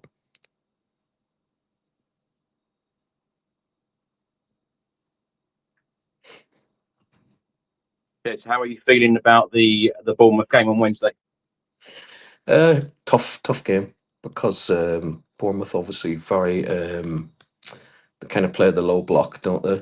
Which we saw early on in the season caught us out big style, because we just didn't, the chase down every ball. They don't let you have possession. They're the complete polar opposite of what Sunderland were today. They don't allow you any time on the ball. They chase it down in defensive areas. So it's going to be a tough game. If we got a draw there, then that would be okay. But that was one of the questions that I was going to ask you, actually, Chris. Sorry. Next weekend, these kind of tactics that Frank plays next weekend, FA Cup game, and it's probably pivotal to the season, because if you think about it, we're realistically not going to win the Champions League unless something massive happens. But what tactics is he going to play next week in a one-off game where it has to be won on the day? Is he going to be positive, or is he going to play for penalties, or is there even a replay? I'm not sure what way the FA Cup's running this year. No, it will go. If it is a draw, it will go straight to penalties. Yeah, that's a very good question. Because it's also fair to say Emery. They have got a lot of games. Of course, they're in Europe. They're doing extremely well in the Premier League. Only 6 points behind league leaders Arsenal at the moment, and they've had a real terrific season. Will they rest players? Will Thomas Frank rest players? We as fans can't call this at the moment how both managers will set up, and will they give opportunities to some youngsters?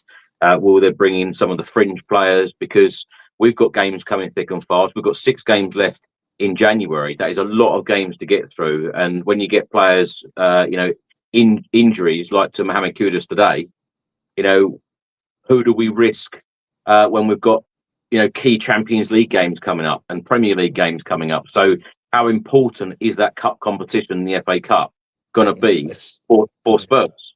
But for me and you, it might be a massive game. But to the football club and Thomas Frank, are the Premier League games and Champions League games more important? Because when you look at it, we haven't won an FA Cup since 1991, which every single year, since I've been doing this channel, every year that I say that, I just find it crazy. We haven't won an FA Cup since 1991, and we won it for a record eighth time in 91. Yeah. Yeah, And it's almost double that now. That I think is that Arsenal have 14 or 15.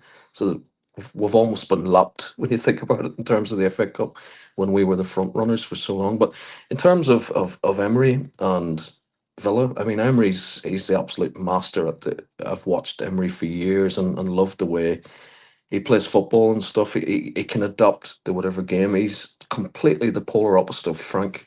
He can go to the places like Liverpool and Arsenal. Obviously they didn't this week, but you know they can sit back defensively and then just go on the attack. Whereas as Frank can't. Emery's just a seasoned professional. He's been around so long. He knows the game. And I think next week we might get lucky in the sense that financially, if you look at what happened to them in the summer, where they nearly had to sell a few of their best players just for, you know, to meet within the financial guidelines, it might well be that their focus is more on the Premier League than the FA Cup, because they're not going to win the Premier League, but Champions League would be massive for them financially. How do you feel then, Des? So last season when Ange put all of the eggs in the basket of the Europa League, would you as a Spurs fan like to see Thomas Frank put all the eggs in the basket of the FA Cup? And if it meant Spurs won the FA Cup in May and we had that trophy parade in May, would you take a lower league finish for an FA Cup win?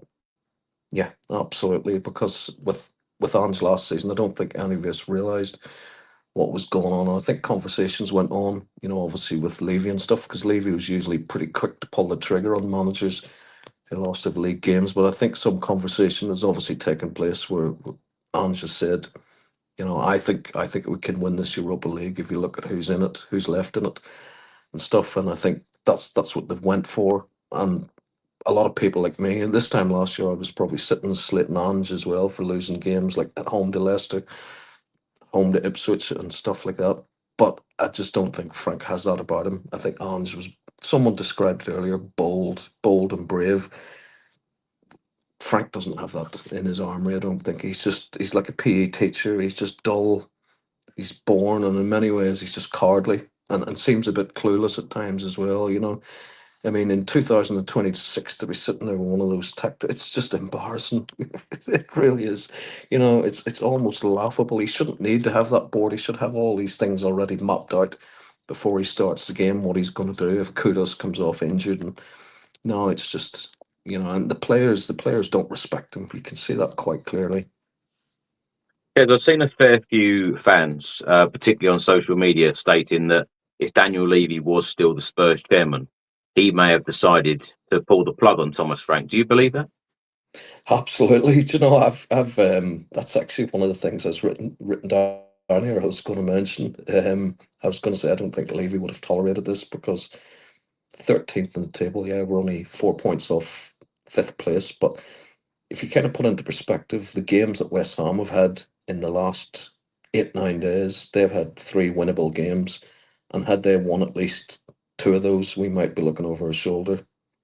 Yeah, I think Levy would have got rid by now, to be honest. Des, before you go, is there anything else that you've written down that you want to talk about? Yeah, just that the players they just seem to be playing with fear and trepidation, and they don't. That's the worst thing. They don't seem to be enjoying it. Last season, we were losing games, and the players were enjoying it. And even some of us as fans, you know, we were losing 6-3 at home to Liverpool and games like that. But you were coming away thinking, bad result, but you know, it was enjoyable. But it's not like that. It's just it's absolutely bland. And fair play to Sunderland. They came today, and it was a tactical masterclass by their manager, because he just sat back and he knew the point would come where Frank would close up shop, try to set it out for a 1-0 win. So yeah, I think Enoch need to the people in power, and they won't, because as someone said earlier, they see Frank as a project to see this through. But in my opinion, they need to act, they need to be brutal and swift, or the season's just going to fizzle out. Des, thanks so much for joining us as always, and yeah, we'll talk to you again soon. Thank you. All the very best, Chris. Take care. Bye. Cheers. Right, we're now going to go to the US to talk to Wes. Wes, nice to hear from you. How are you? Wes, hello. I cannot hear you, Chris. I'm sorry. I don't know why I can't hear you on this side. Go for it, Wes. Go for it. Let me see if I can hear you on this. Thing is, I can hear you on the YouTube. I can hear you on the YouTube. Just go for it. Okay. All right. For me, it's a lot going on. I don't. Where can I start? So the game. Okay. First half, I finally saw at least a level of play that was actually very good. We were very much pressing very well in the first half. We were doing a good job, especially getting the ball on their half of the pitch, and we were attacking. To me, I think Tell did very good today on that left side. I think a lot of people are not really giving him the props that I thought they were going to give him. I think a lot of people say he played well, but I haven't heard any real crazy praise because he just didn't end up scoring them all and everything. But I'm all like, a lot of times some of those younger players are just not going to score. But it's the fact that you actually saw something from him that we weren't seeing from even Kolo Muani. You know, Kolo Muani, when he's on that left side a couple games, he hasn't really done much either. So I need to see the same type of pressure on Kolo Muani. I think it has been, but it's just weird that we finally saw Tell. A lot of people been calling for Tell to play, and we finally see him play. He actually played very well on that left side, and I want him to see him in that same position again. Instead of Odebear. I think Odebear is better at the cam. I think he did decently as well at cam in the first half. It's just that for Richarlison, he didn't finish none of the chances. He had a couple chances in that first half, and he didn't do much with it. And of course, he had that chance he had in the second half where he could have crossed it over to Muani, and he took too long on the ball because he doesn't believe in his ability, and he may not have no ability like that, you know, because every time he has but actually, when he does finally do a pass, he actually do a good pass. We actually seen him make good passes like that before. I just don't understand. It's something in his head. I think it's a lot of mental stuff with him. It's been like that since he signed for us. I think he was even going through that when he was at Everton. And I think we're not really helping his cause. I think he's not really at the height of it. He's scoring goals, but he knows most of those goals wasn't leading to wins. A lot of those were complimentary goals after the fact, after we already be down a goal or two, like how he scored at Arsenal. He scored a wonder at Arsenal, but it didn't really mean nothing because we were already down 2 or 3 goals by the time he scored that. For me, he always scores goals that is always from behind, is never to the front foot, is never to have us win or be in the lead. It's always goals that's just coming from down goal or something like that. You know, he had that tying goal, or he has that complimentary goal in the 90th minute or something like that. He's just not one of those kind of dynamic strikers that we kind of need. You know, we're kind of missing a Solanke, and I think a Solanke in this type of game would have did great, you know, because he has a little bit of dribbling ability. I think he would have made a good cross like that to Muani if he was in that same position earlier, and that would have had Muani completely free, and I think Muani would have finished it off any night or day, you know, but it didn't happen because, you know, we have Richarlison. Richarlison, he has the stats, he has the goals, but it hasn't been any, like, if you look at his play, a lot of other fans telling us, "Oh, Richarlison had good numbers for you and everything like that," but they don't see what we're seeing it every day. What we're seeing every day is he doesn't do the little things. He doesn't do the stuff that can get your offense flowing. He messes up on a lot of that. He wastes a lot of chances. He never looks back on his line. He's offside a lot. Like, I think the last 3 games, look how many times he was offsides. When really he has enough speed and quickness to get a little bit of acceleration to be his man, to be onside. He doesn't have to be so much far offside, but he's offside a lot. He doesn't look back at his lineman to see, okay, am I onside, am I offside? He just, I don't know. He just says, oh, I see the ball, I'm gonna run. Don't see where he's placed at all. And I'm like, what striker does that on professional level? It's a lot with Richarlison, and it's not just on him. I'm not just gonna, it's not just going at Richarlison. A lot of these players haven't been consistent at all, but he is one of those main faults that get thrown to because he's supposed to be the one who's scoring the goals. But he's supposed to be doing the matter that has us win games. And he just hasn't been in that kind of situation. And at some points, he wasn't getting the service at all. But now, these last couple games, he's been having chances to finish off some of his goals, and he hasn't been doing it. And that's his problem. And that's why fans are so up and down on him. I don't hate the guy. I think he's a decent striker. But was he worth 60 million? No. I barely think Solanke was worth 60 million, but I think he's a better player than Richarlison.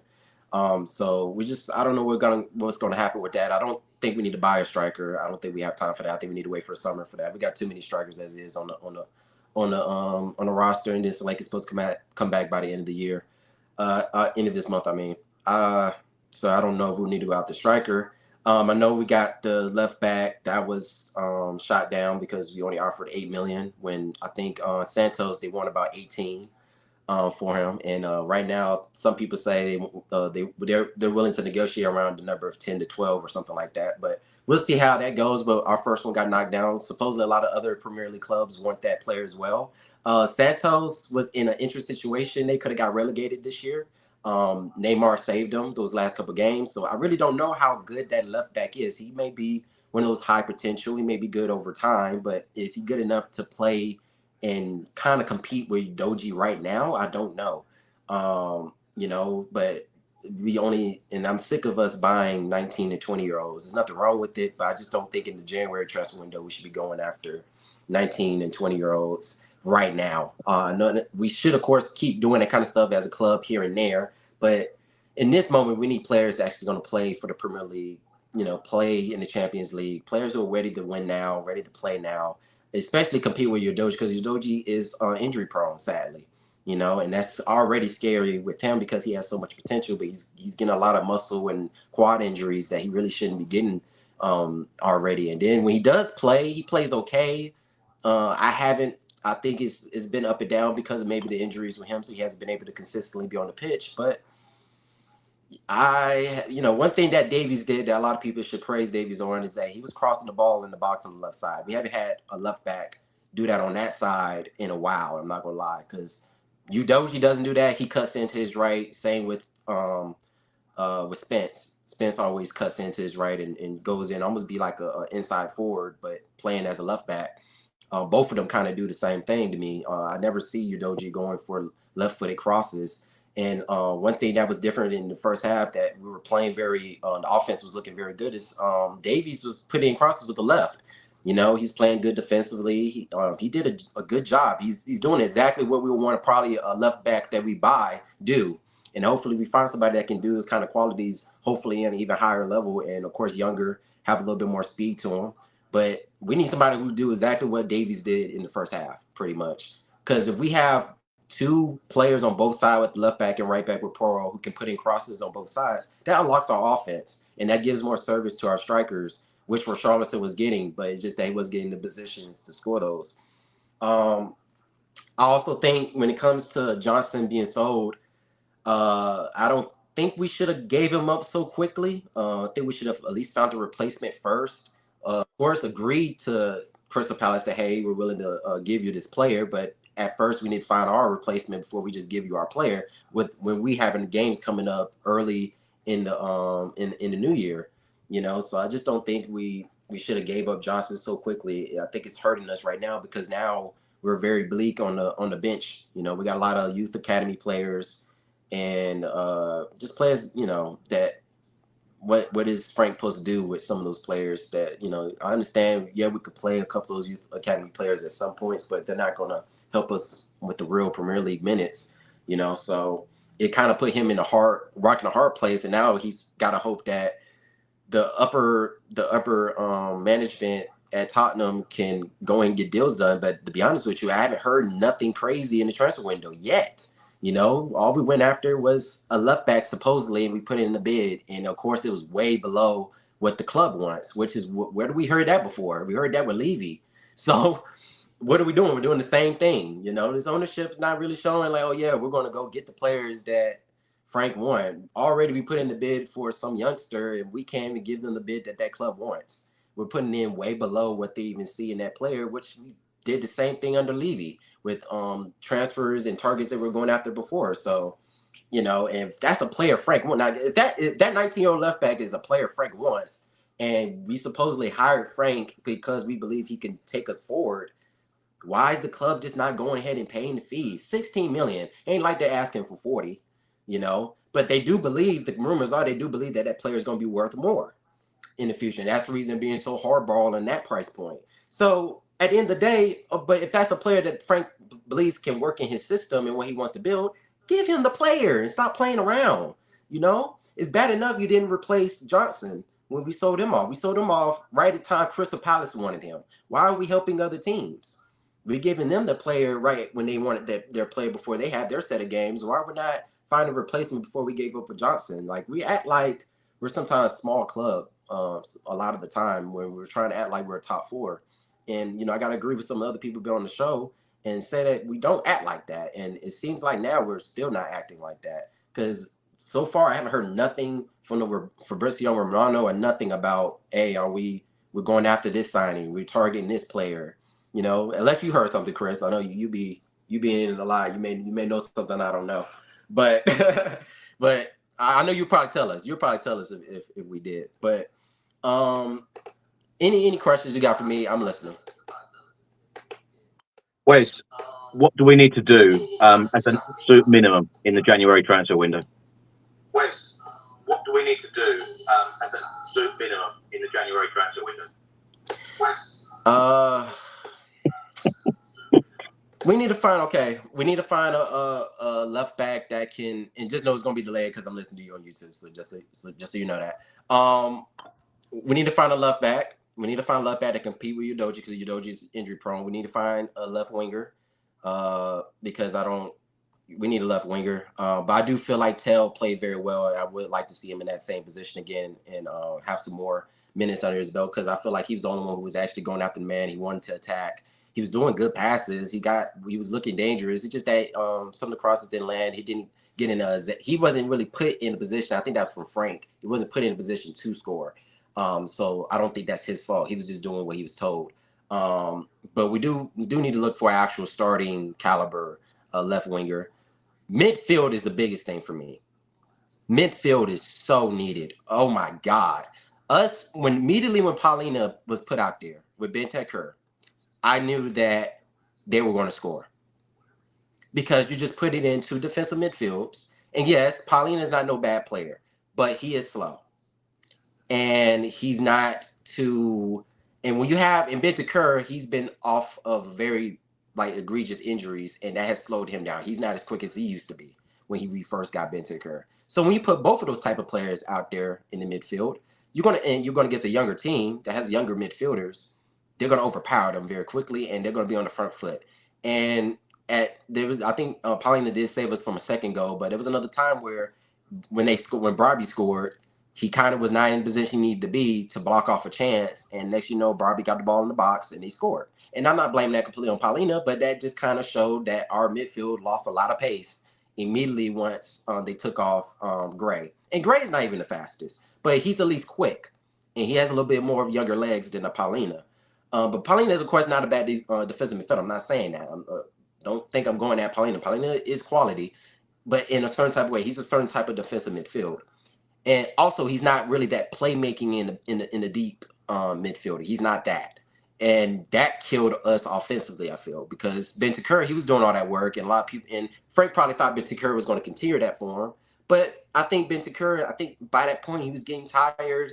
He was already doing a lot of work defensively in the first half, and then up to that point where they got the substitutions. And clearly he was losing that at that point, because we haven't had nobody to really take him off the field as well. We need midfielders. We definitely need midfielders, but we need box-to-box midfielders. We need like a Bergvall, pretty much. We need more Bergvalls, but maybe more of a lack for scoring and a better pass to them is what I would be looking for. And that's hard to find, because a lot of those players are starting for big teams, and I'm sure in this middle of the season, a lot of those teams do not want to give up those type of players. But we got to find them. We got to find them somehow. Find at least one, because we do need a better midfield. But if we keep doing this Bentancur and Paulina setup, we're going to just keep losing games, guys. Like, we're always going to be on the back foot. We're always going to look defensive, and we're always going to look like we can't make a pass, because we got two defensive midfielders who are not really playmaking defensive midfielders. They're ball winners. They're just ball winners. They go get you back possession, and then they pass it to somebody who know how to pass. That's literally what those two are. Bentancur, he used to do a little bit of both. He used to be more box to box and able to do a lot of more stuff offensively, but that's before he got these injuries. So, it's just like we need a better midfield, and we need a left winger, and we need a left back to help out with Udoji, and put Spence back on the side of the right back to help out Poro because a lot of people get on Poro with his passing. His passing has been on point, is what everybody's saying, and I think it's the same issue as we saw with Poro last year. He's getting tired. He's playing a lot of minutes. One good thing about him, he's always been consistent in playing with us. He's barely getting injured, knock on wood. But I think at this point he's knackered, he's tired.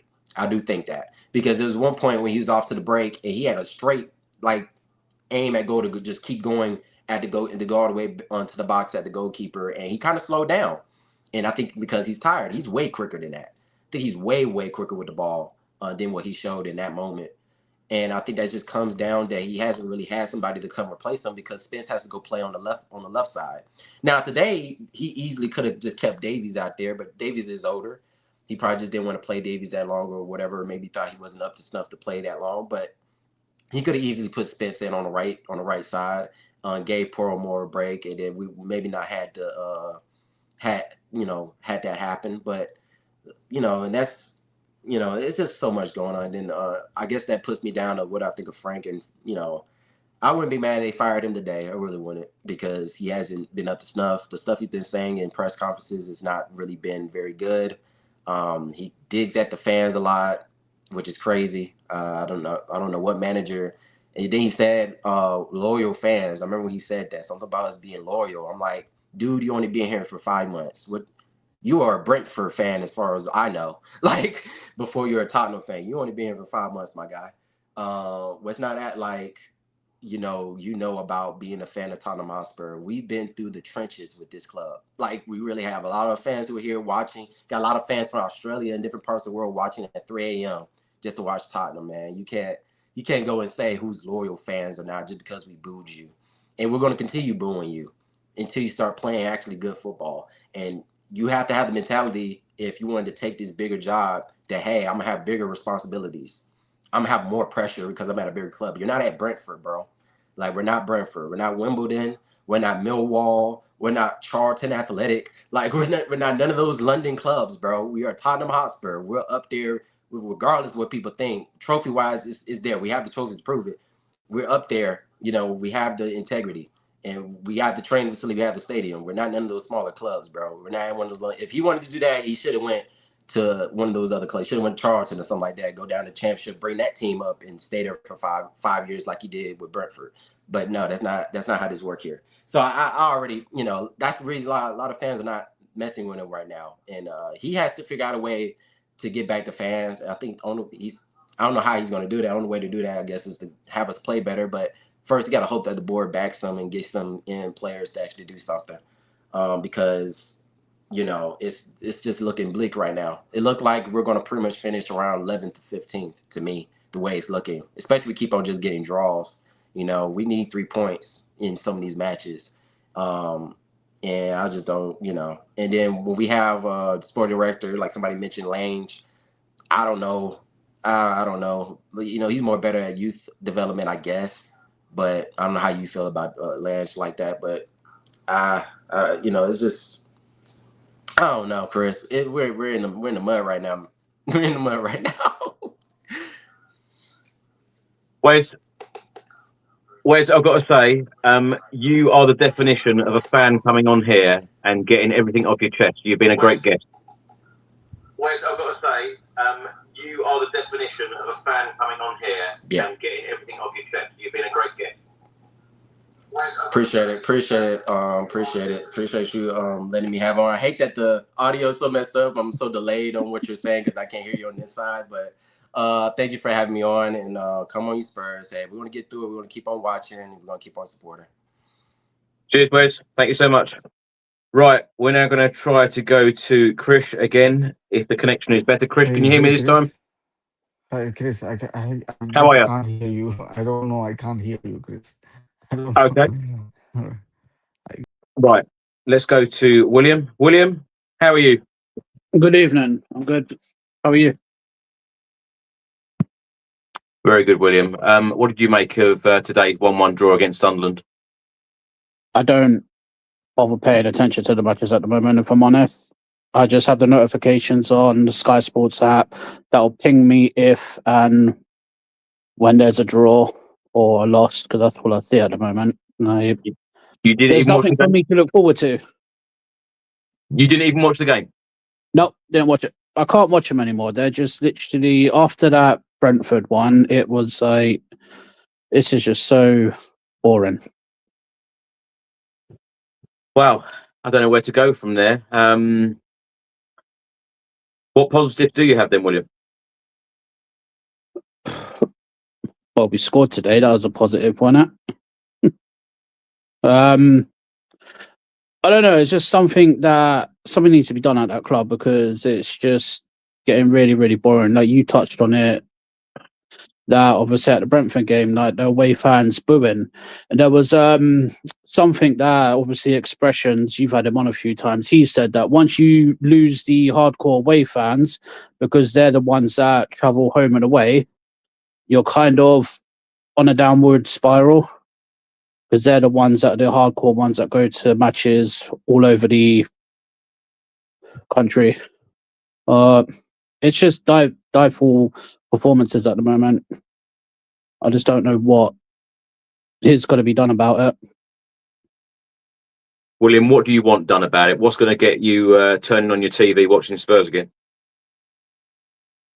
Well, I'm kind of hoping that when our injured players come back, that it obviously we're light on the attacking midfield front. So I'm kind of hoping when they all return, it will get better. So obviously, Kudos went off today with 90 minutes gone. I believe you saw your tweet or something. Yeah. Now, obviously, you on about transfers as well. Like now, we need a right winger. No, so that's a left back, right wing, and left wing. So we've sold Johnson, which I think was just stupid. I know he won everyone's cup of tea, but he was Tottenham's top scorer last year. It doesn't matter if he was tapping in goals. Balls were getting into the box for him to score. That's what we need. And Kudus going off injured. We don't know how long he's going to be injured for. We don't have a backup on right wing now. And I don't know who's sanctioned the sale of Johnson. I mean, Paratici, is he like, they're saying that him and the manager said that they don't want Johnson anymore, but didn't Frank want Johnson at Brentford last year? Yeah. And it's what I don't understand. Is like obviously Paratici's behind it as well. What ain't he off to Fiorentina? So why is he getting a say into what's happening?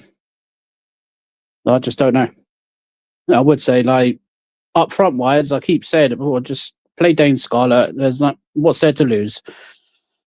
Start playing some of the youths because we have an academy. What's the point of having it if we don't use it? William, will you be watching the Bournemouth game on Wednesday or the Aston Villa game at the weekend? I probably won't. I mean, I'll probably be at work, so there's a high chance I won't get the chance to. But I just don't look forward to turning on my TV or even going to the matches because it's just boring.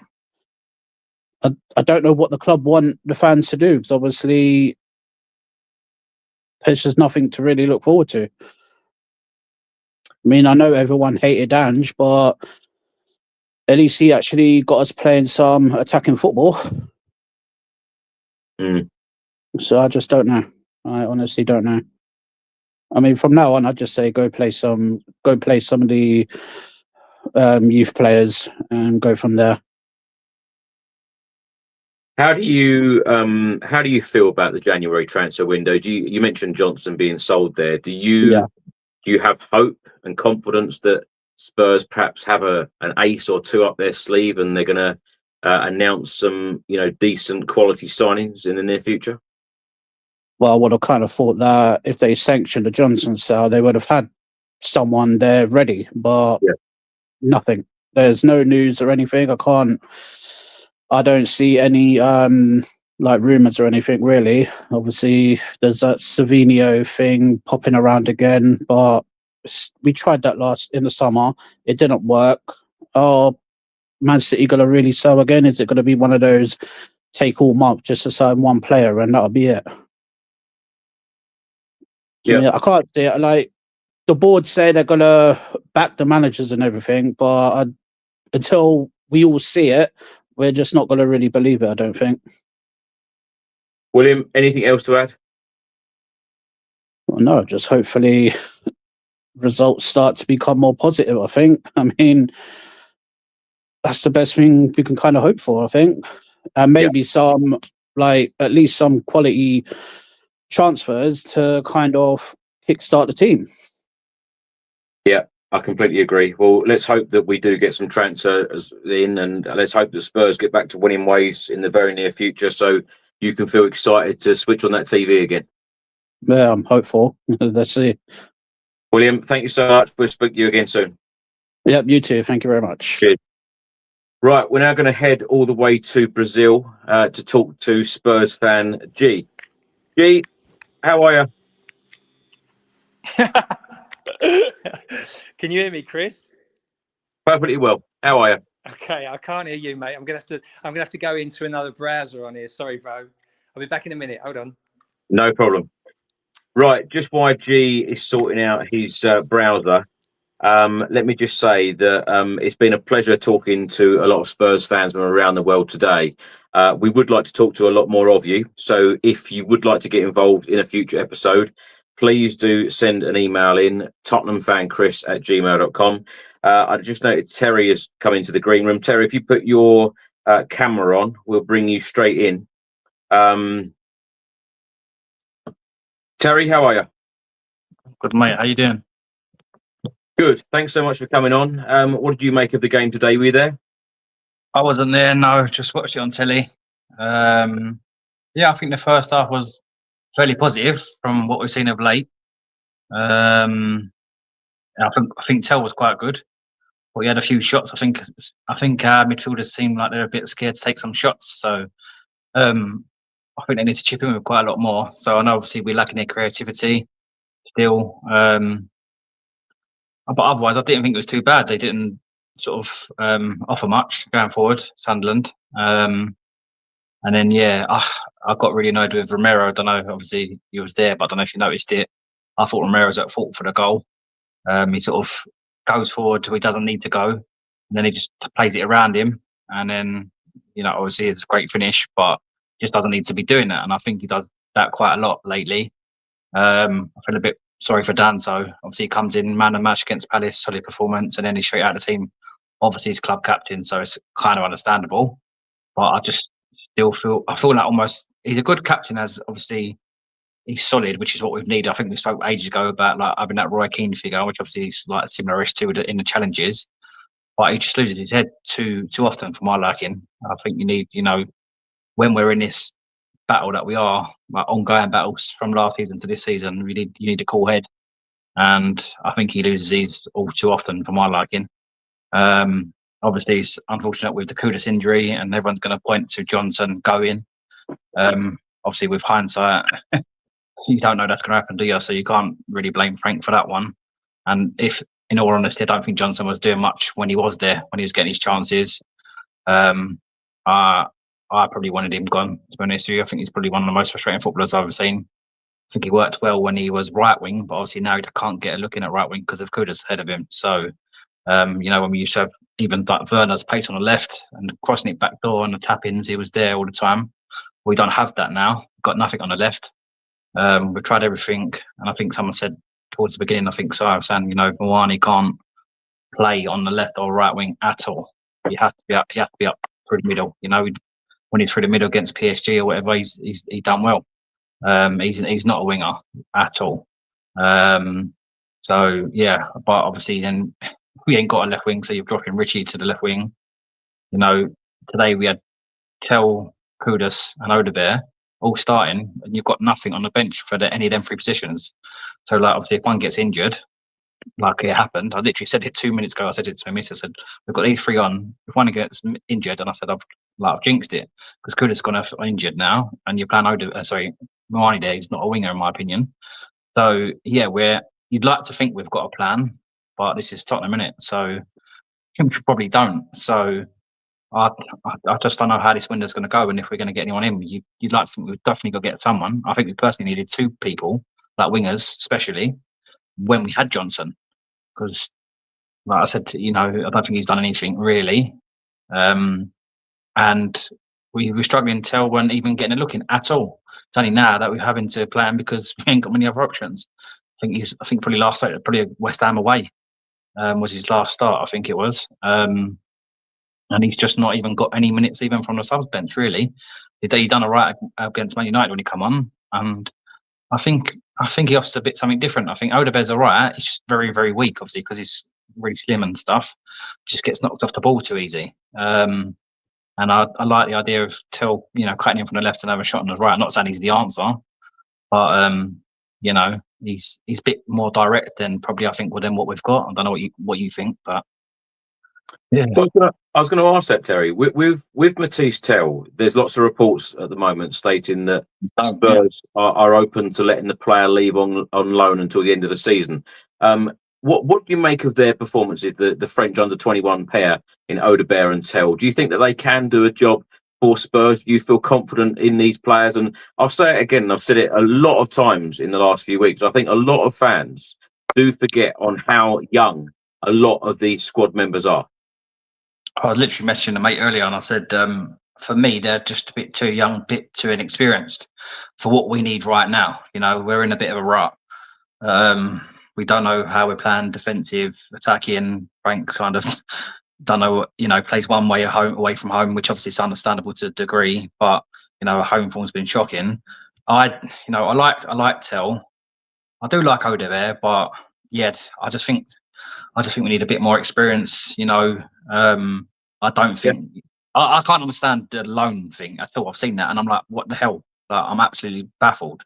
We're struggling as it is, and you're going to loan him out. Like, how does that make any sense? He can probably play right and left if need be, and obviously can potentially do a job up top if need be again.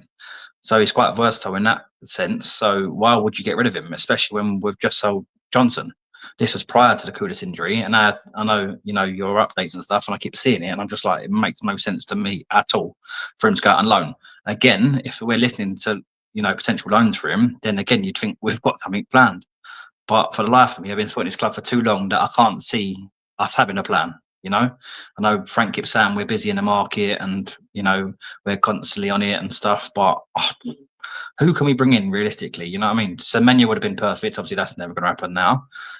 Still talks to Savinho, but I don't think that's ever going to happen as well. I think he might have signed a new contract recently as well.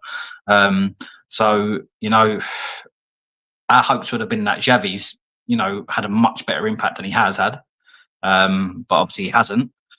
Stupid tackle against Van Dijk, just unnecessary, and then caused us. When we play Brentford, we've got no outlet because we've got 3 CDMs playing. So I think he needs to improve a lot. He's been stuck on the left. He's better through the middle, but I don't think Tell and Odebear are the answer. And at the moment, that's now all we've got really, natural wingers, because I don't know how long Kudus is going to be out for. Hopefully, it's not too long. But I just don't know. We need a couple of wingers, in my opinion. Terry, what do you think? What do you make of Romero? Of course, in the last 12 months, we heard him say, comments about the board. Of course, he's been made captain this season under Thomas Frank. The likes of Romero and Van der Ven, I expect that those sorts of players would be expecting Spurs as a club to be doing a lot in transfer windows, because that duo in particular, they want to win trophies. Romero's tasted a lot of success in terms of trophies, World Cup winner, etc. But Van der Ven winning the Europa League last season, that has given him a real taste, and he wants to be, the best defender in the world. He said that a number of times. So is it a worry for us fans to think that players like this could be looking to leave the football club if we don't show the right ambition in transfer windows, particularly in the summer one, but the January one at the moment? Some of these players want to be top of the Premier League. They want to be fighting for top honours. So sitting 13th, and I'll also add this question in for you. If I'd have said to you at the start of the season that we will be, after 20 games, we'll be only 4 points away from the top 5, I'm sure you would have been happy with that. I wouldn't have told you we'd be sitting in 13th, but I'd say 4 points away from top 5. Surely a lot of Spurs fans would have gone, wow, yeah, we'd take that after finishing 17th. Yeah, I guess so. But I guess it's the manner, isn't it? Do you know what I mean? So yeah, I get it. If we're 13th or whatever we are now and 4 points off, yes, and we're playing decent football and we've been unlucky, fair enough. There's been games, obviously like the Brentford game. I can't remember. There was another couple of games where we've just not turned up whatsoever. It's been a dull watch, and playing for draws. Just the Palace. I didn't mind the Palace performance. It wasn't amazing, but it's an away win, and 3 points, which was all he needed. So it wasn't so bad. But yeah, I think some of the comments he's made aren't great to sort of start your tenure at Spurs with the fans and whatnot. But we couldn't have continued as we did last season. Everyone was loved Ange going forward, but constantly open at the back. So can't have that gung ho football. We all cried out for someone, or maybe I think you said it before, like someone in the middle. But like I said, I think when we played Brentford at home, we had loads of shots, and we probably the most shots we've had all season or something. We was all over them. But then you went, how can it go from one thing to another? That's what I don't understand. I think there's too many different tactics maybe he's telling them, with different setups in different games. Of course, you adjust to your opponent, but I just think it's too, up and down. With the likes of Van der Ven, Romero, obviously he must have been sold a dream to sort of stay here, because, why would you sign a new contract when you probably could have gone most places? There was probably links with Real Madrid and whatnot, and I'm sure there'll be links with Real Madrid for Van der Ven soon as well. But I don't know. I think, to be fair, I think he'd do so much better in a Spanish league or Italian league. I think he gets found out, like I've mentioned, in the Premier League. So I think he is probably better suited to them. However, yeah, we don't have any like world class players. I don't think, really. Maybe Van der Ven. I'll put him ahead of maybe Romero, in my opinion, just because of his, doesn't lose his head as much. But we've always had that sort of, that Sonny, that Kane, whatever. There's nothing really now. You look at our team, and always, I've got a lot of Arsenal mates, and you do like the combined 11 at Arsenal, when no one really gets in their team at all. Maybe Solanke, if he's fit. Well, Lord knows what's happened to him, because Gyökeres is pony. But that's poor. Normally there's a few in with a shout, and we've got no one really at the moment. So Romero must have been told something. So they must be going big. Otherwise, he's going to start thinking, why am I here, really, isn't he? So he might be looking away, like you said, in the summer or something. If we don't do anything, we've got to get a couple of signings on board. We've got to in January. I'm sorry, even if it's a loan or something. Yeah, we've got to get something. Obviously, I think Solanke's not too far away, but this Kulu one's dragging on.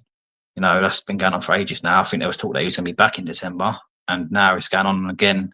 Obviously, Solanke was meant to be back many months ago, probably, and that's dragged on as well. So yes, obviously we're missing those key players. So he is kind of doing what he can with what he's got. I don't think many other people could do much better.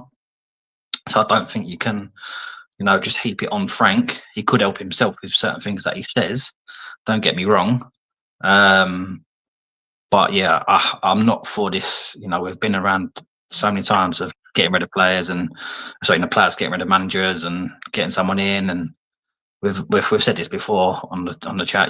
We've had all the Contes and Mourinho's, and so we've gone for something different. Obviously we've got our title in the Europa, something we can cheer about. But now it's back to reality. So, but yeah, I think we're in the building phase, really. And I if need be, if next season we come back a lot better than we have been this season, I'll take the European football. If that means, we just build that squad and get into a much better position. Then where Arsenal were here a good few years ago, we was finishing above them season in, season out. That was a rebuild. And Arteta was given a time. So unfortunately, as much as it pains me, I literally can't stand it. But they're the best team in the league by a mile at the moment. Keep grinding out results. So maybe, if Frank's given the time, he might do something similar. But we can't just keep hiring and firing. We can't. He's got to stay, and he's got to be backed. He's got to be backed. So yeah, I mean, what do you think we need in the window? A lot, Terry. I tell you what, like I said earlier, when I went past those murals earlier of Heung-min Son and Harry Kane, I thought, wow, this is the sort of quality that we used to have at this football club, and to be, there again, a lot needs to happen. I'm pointing it all towards the summer because I don't actually expect a lot in the January transfer window. I feel like a couple of very, very clever deals need to be done in this window. But the summer transfer window, I think the Spurs need to go absolutely huge in that window. And the recruitment needs to be top notch. The decision making needs to be absolutely spot on. The money spent needs to be the right amount. And real quality need to come in because, to even compete for a top 4 place, I feel like we're quite a way off. I feel like those top clubs, the gap is getting bigger. You mentioned Arsenal there, and it pains both of us to say that.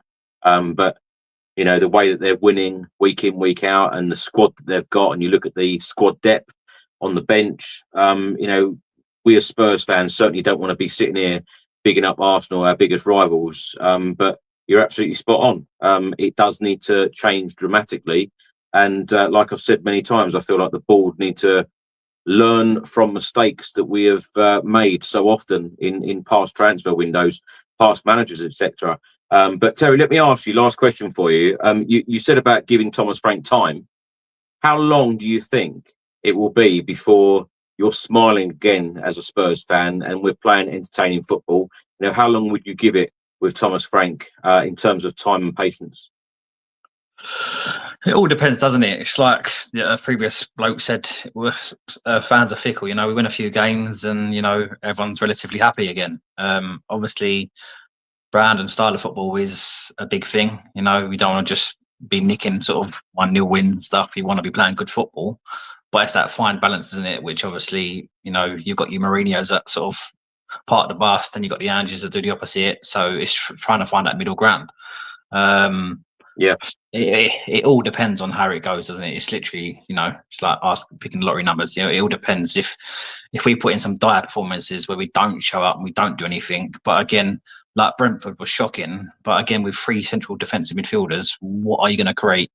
None of them 3, Gray, Bentancur, Paulinho, are going to be scoring 30-yard screamers, are they? So what do you expect? Yes, you've got your wingers, but again, you need your number 10 to probably slot someone in or whatever. So you say about the summer, if we don't get anything to the summer, we only do maybe some astute signings now, if we're lucky, we could be in trouble.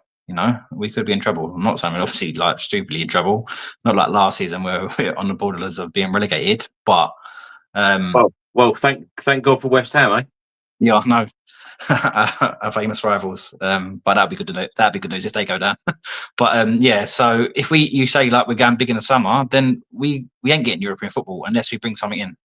We ain't going to get European football, whether that's Conference League, whatever it may be.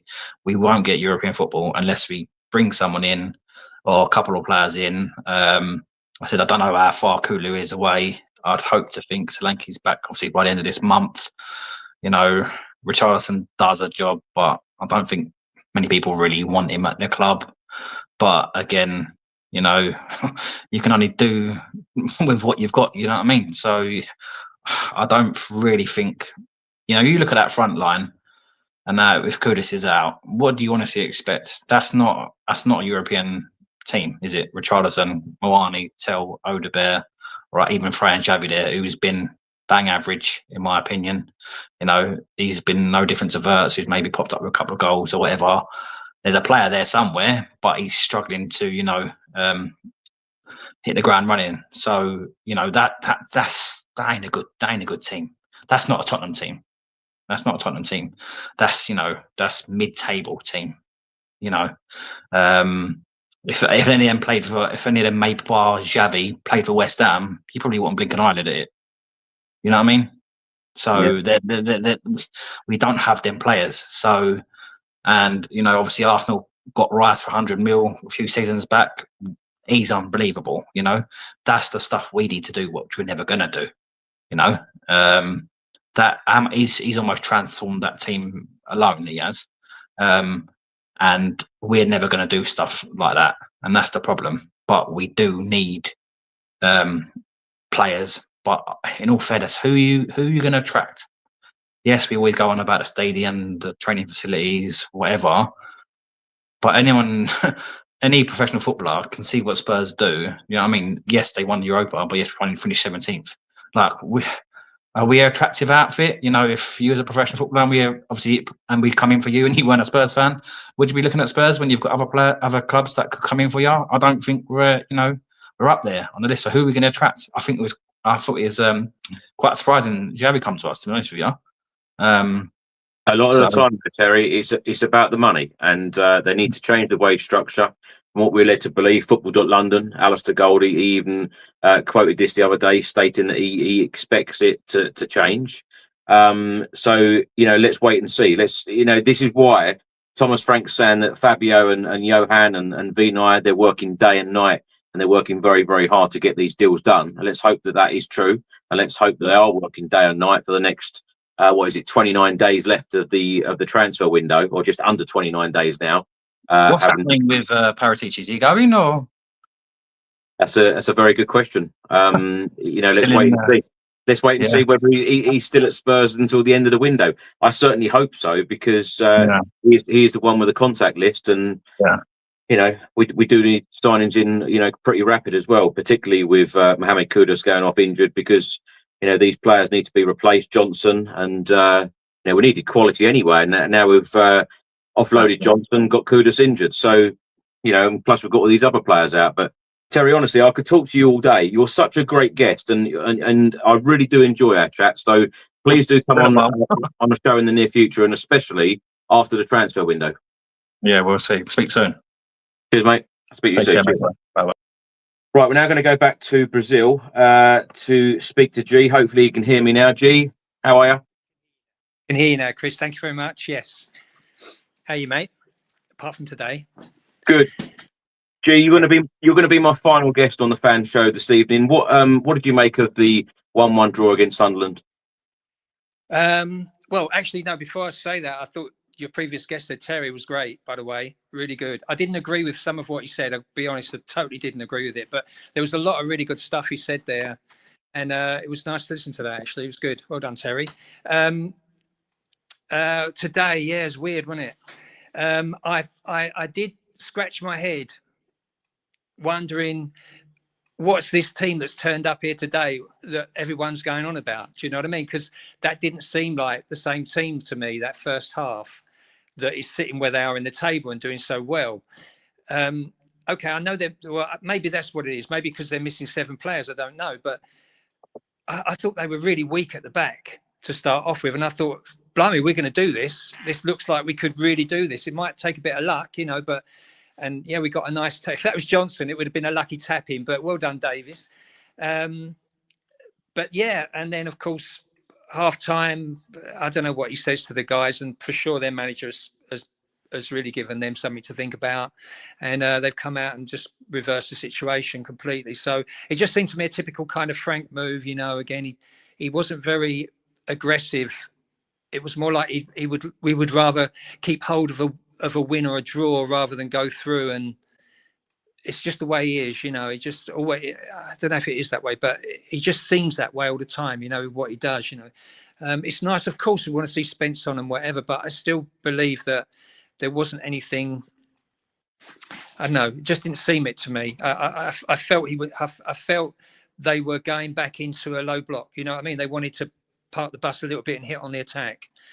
And that's just never going to work, not with these players. They're just not good enough unless you're expecting Van der Ven to run up and down the field. That's about all you're going to get out of that for a break. None of these others are going to do it, And I feel really bad because I'm not going to say this ever again about a player, but I said it the other day. What's going to happen if Kudus gets injured? That and what happens? You know what I mean? And it was off the ball. It wasn't. I don't think it was in a tackle, was it? And so that's not good news. You know, it's not a good look either, because normally when, as we've seen, you know, players who go down off the ball, it's usually pretty serious, you know, or it's going to be a little while out. So I think it's going to be at least two. You know, it's going to be a little while in it before they can assess it, I think, anyway, if there's any swelling or anything like that. So that's pretty bad, and it would have to happen, wouldn't it, I suppose? But it just shows, to me, again, it just echoes why I don't think Frank's the guy. I don't think he can get the players. When you can't get your top scorer into a position and make him, you know, work with him, then you're not worth your salt, mate, in my book. So unfortunately, I'm still the same as what I was before the game, even though I was like, whoa, maybe this is going to change for 5 minutes, but maybe not. Yeah, there you go. But that's it, really. I kind of echo what the other guy said before, like I say, really. And definitely what Craig said. Craig was spot on as well. Craig hit the nail on the head all the way through, and pretty much the same thing. So that's all, really. That's all I can think of for that. The other thing was we've got a run of games now, haven't we? This is our easiest month to pull the points in, okay, to get the points. We've got the Hammers.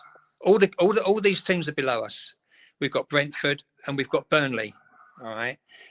And we're going to need it, because in February, we've got the Gooners, we've got City, we've got Liverpool, I think, you know, so it's going to be hard, you know, especially with the players we've got as well, but with Frank's attitude of defending or whatever and trying to hit on the break and whatever, I think it's going to be really, really a crunch time. So he's going to have to get the points out of those. There is definitely 9 points sitting there.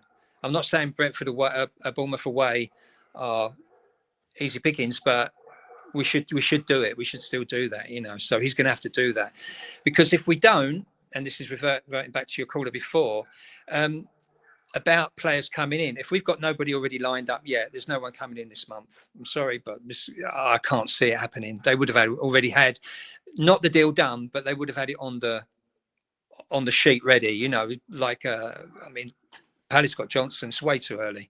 Way too early. We could have held on to him until we at least got a replacement of some sorts. And who's going to want to come to us if we've not got any European place next year and we're like mid-table at best? You know, no one's going to want to come here in the summer, are they really? You know, I don't think so. I don't know. Would you? I'd think about it. Of course I would, because it's Tottenham. But I mean, if you wasn't a Tottenham fan or whatever, you're just a football player and it's your business to make money and glory and get all the medals and everything else, would you really go through all that? You know, would you look at that and go, I'd come and join Tottenham with Frank, mid-table again, as he always is. It's not a good look, really. But shame, because it's got my heart racing just a little bit today for the first time. So that's a positive. You know, I know we're always looking for positives, so that's it. Well, G, let's stay with the positive for the moment, because that first 45 minutes was definitely a positive. You know, definitely in contrast to what we saw on Thursday evening on New Year's Day against Brentford. Now, going into this Bournemouth game on Wednesday, which is away, yeah, what Spurs are we going to see? The one that went to Brentford playing for a 0-0 draw, or the one with attacking intent in the opening 45 minutes against Sunderland today?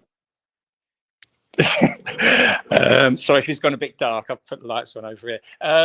Well, that's I couldn't. I have no idea. I can't be frank. I had no idea, mate. It's a lottery, isn't it, with the guy? You know, it really is. Because how are you feeling at half time today against Sunderland? How are you feeling? Because I'll tell you what, I was feeling a damn sight better than what I was on New Year's Day after that Brentford performance. I was, but I also felt that the competition wasn't really wasn't up to the standard of their normal standard. You know what I mean? I was happy, of course. You know what I mean? Who wouldn't be? I was jumping about. We scored a goal. You know, it's brilliant. And compared to this time last year, I mean, our goal difference is ridiculous. Scored far more goals last year than what we had this year. Yeah. So the welcome break, but I just don't see where they're coming from. He's just got rid of the only option on the right wing now as well, you know, and he puts in Scarlett 5 minutes from the end. What is that? If I was Scarlett, I'd be really peed off. You know what I mean? The times he could have played that he could have played him. There was times when he couldn't. I can't remember when, but there was times when we didn't even have Richarlison really. You know what I mean? We was like begging for a forward, and he wouldn't play him. He wouldn't even give him time. So like, oh man, no, I'm going to get on the real negative now. Because like, it's just, no matter what path you go down, you always hit that brick wall. It's like, what's he doing? How's it going to get around that? Why is it because of what he's done before and what he's doing now and what he's saying? It's all those things. So no, I can't. I don't know. It's going to be a tough one, I think, because you know we're going to be playing. Semenyo's going to spank us, and let's face it, he's gonna. This is why you want me, but I'm not coming to you. Like it's going to be the fourth rejection from him, and hopefully it's not going to be goals, but he's really going to go for it as he does, as rightly so. So I'm a bit worried on that path. I've got to be honest. I think they could score goals, definitely they will, but we just have to match that. I don't know where it's going to come from, though. You know what I mean? Tell again with Tell. You know, I don't think he's really made the mark at all, but we haven't got many there. You can't go putting him out on loan if that's all. At least he's got some enthusiasm when he comes on the pitch. You know what I mean? But I know. I think it's going to be. I think it's a tough one, mate. Even these easy games, I think they're tough. That's probably the toughest one. West Ham, even on their best day at the moment, I think we can still beat them no matter what. You know, like we should be able to as well. I mean, if we can't do them, then we're really done. And the same for Burnley. There's 6 points definitely in the bag. Bournemouth, I don't know, maybe a point, and I would think 3 points, but. You know, okay, I get it. They're at their place, and you know, you can't expect too much all the time, especially with the players we got. But it depends what Frank does. But I reckon he'll just do the same. You know, he'll go for the goal. If he gets a goal, then he'll just try and hit on the break, you know, do a low block all the time or whatever. You know, it won't be so intensive. I suppose Tell could be one to break away. You know, you're not going to get it out of Richie, really, are you? You just hold off the ball. Yeah, I don't know. I don't know where else to go with that. That's all I can think of, really. But I can't see us bringing in. Frank didn't even get his own strikers come to our club. They wouldn't even come here. Do you know what I mean? They wouldn't even follow him, would they? You know. So I don't know who's going to come in here. That's what it's all about. It's really who's going to come in, and if they're just going to set the world on fire, which they would have to do, you know. And the players we've got that are out, even if they came back, like. They're going to take a good 4 weeks to get up, you know, the strength again, for one. And also it takes a lot of nerve psychologically, doesn't it, for a lot of these players when they've been out a while. They don't want to go into the heavy toe. They don't want to be committed too much. And then that holds them back a lot. You know, we've seen that a lot as well with some of them. And I think, funny enough, Solanke's a bit like that. You know, he's not always just, if he's back, it doesn't mean that he's going to be scoring like loads and loads of goals for us, you know. So I don't know. I think it's going to be. It's a tough one, mate. I'm sorry. I know you don't like to hear Frank out and that, but I think we got. I won't say it, but I think we got. I won't say that, but I think we got to change the manager there for sure. You know, it's done and dusted for those reasons. You know, we got a mid-table manager with us, and as your caller said before about last season, the only difference was that people keep forgetting all the time. Is that we had Foster in goal, we had third choice keeper in goal. We had a midfielder in his first year, teenager kid, who's a midfielder as centre back. We had Dragu as a centre back. Do you know what I mean? Like, it was amazing what we ended up with last year, considering we was only losing matches really, unless it was towards the tail end of the season when, you know, it was all gone on the Europa. We were actually only losing matches by like the odd goal. And a lot of those goals were ridiculous goals, like Bissouma. Look at the amount of times he did some dodgy back pass or just lost the ball where he was, and Bentancur did the same, you know. So I don't know. I think with the players that we have got, we should be doing a lot better, you know. And I think if we had any manager that had that kind of experience as well to be able to rotate a little bit, then I think that we might be able to claw ourselves out into above mid-table. But I can't. When February comes, I think it's almost over by then, isn't it? Because if we're not beating these teams, we're definitely not going to go up against City and the Gooners again, are we? You know. I'll tell you what, G. When you say that, when you look at the January fixtures, and fixtures are coming thick and fast, Bournemouth on Wednesday, the 7th of Jan. 3 days later, Aston Villa at home. A week later, West Ham at home. And then 3 days later, Dortmund at home in the Champions League. 4 days later, Burnley away. 4 days later, Frankfurt away. And then when we go into Feb, we've got Manchester City at home on the 1st. And then on the 7th, we've got Manchester United away. On the 10th, Newcastle at home. On the 22nd, we've got Arsenal at home. Those are all tough games. And, you know, keeping players injury-free, transfer window, bringing players back from injury, they're all important factors. And, of course, Thomas Frank getting the best out of these players, the players performing, all important factors for us climbing up that league table. Gut feeling, last question for you, gut feeling, where do you think Spurs will finish at the end of this season? And give me a score prediction for the Bournemouth away game Wednesday. Well, right now, if you ask if it's right now with what we're doing, the way you've just projected the teams that we're going to be playing or we're up against and what we have to do, and the way we are, the way we're playing, the way we're being set up, I seriously think we're going to be one above West Ham, maybe. Wow. They're our competition. You know what I mean? I think we are better than them. I think we can do better than them, but I don't think there's a lot of others around. The others doing stuff. Do you know what I mean? They're getting there. You know, they pull out these results. You can see it. So some of them are coming to them. Good grief! Even Wolves won the other day. There's no way we're going to go low Wolves, obviously. But you know, so what you got there? You got Burnley, Wolves. You got West Ham, and we're playing. Obviously, we're playing two of those. I think we should end up above them. I don't think we get relegated, but I think I can't see mid-table being where we are now. I can't see that at all. That's my honest opinion. God, I hope I'm wrong. And I know if we can score the goals, if we can get the goals, you know, some way, then I think it'd be a 2-2. It's like we could go like a 2-2. You know, that Bournemouth they've got a lot better than us up front. Do you know what I mean? They've got Semenyo for starters, so and he's going to be playing, isn't he? They've said it already. No, I think. Yeah. And unless something dramatically changes in the next 48 hours, Manchester City actually get this deal done, then Semenyo will be in the starting 11 for them. It'll be interesting. Let's wait and see what happens. You know, the January transfer window, things can happen and change very, very quickly. G, as per normal, you've been a great guest. Thank you so much for joining us. Thank you, Chris. Thank you, guys. And well done for the guests. Sorry I didn't catch all of them. I'll go back and rewind and have a look because it was really interesting. Take care and on to the next one, guys. Come on, you Spurs. As always, let's down the hatches, and let's go for it. No matter Absolutely. We'll see you soon. Cheers. Right, that is the end of the fan show. Just over 3 hours. Thank you so much to all of the guests that joined me today. And as I said throughout the whole of the stream, please do send me an email, tottenhamfanchris@gmail.com, if you'd like to get involved in a future one. You're very welcome to come on here and get anything off your chest. You can talk about anything Tottenham Hotspur related.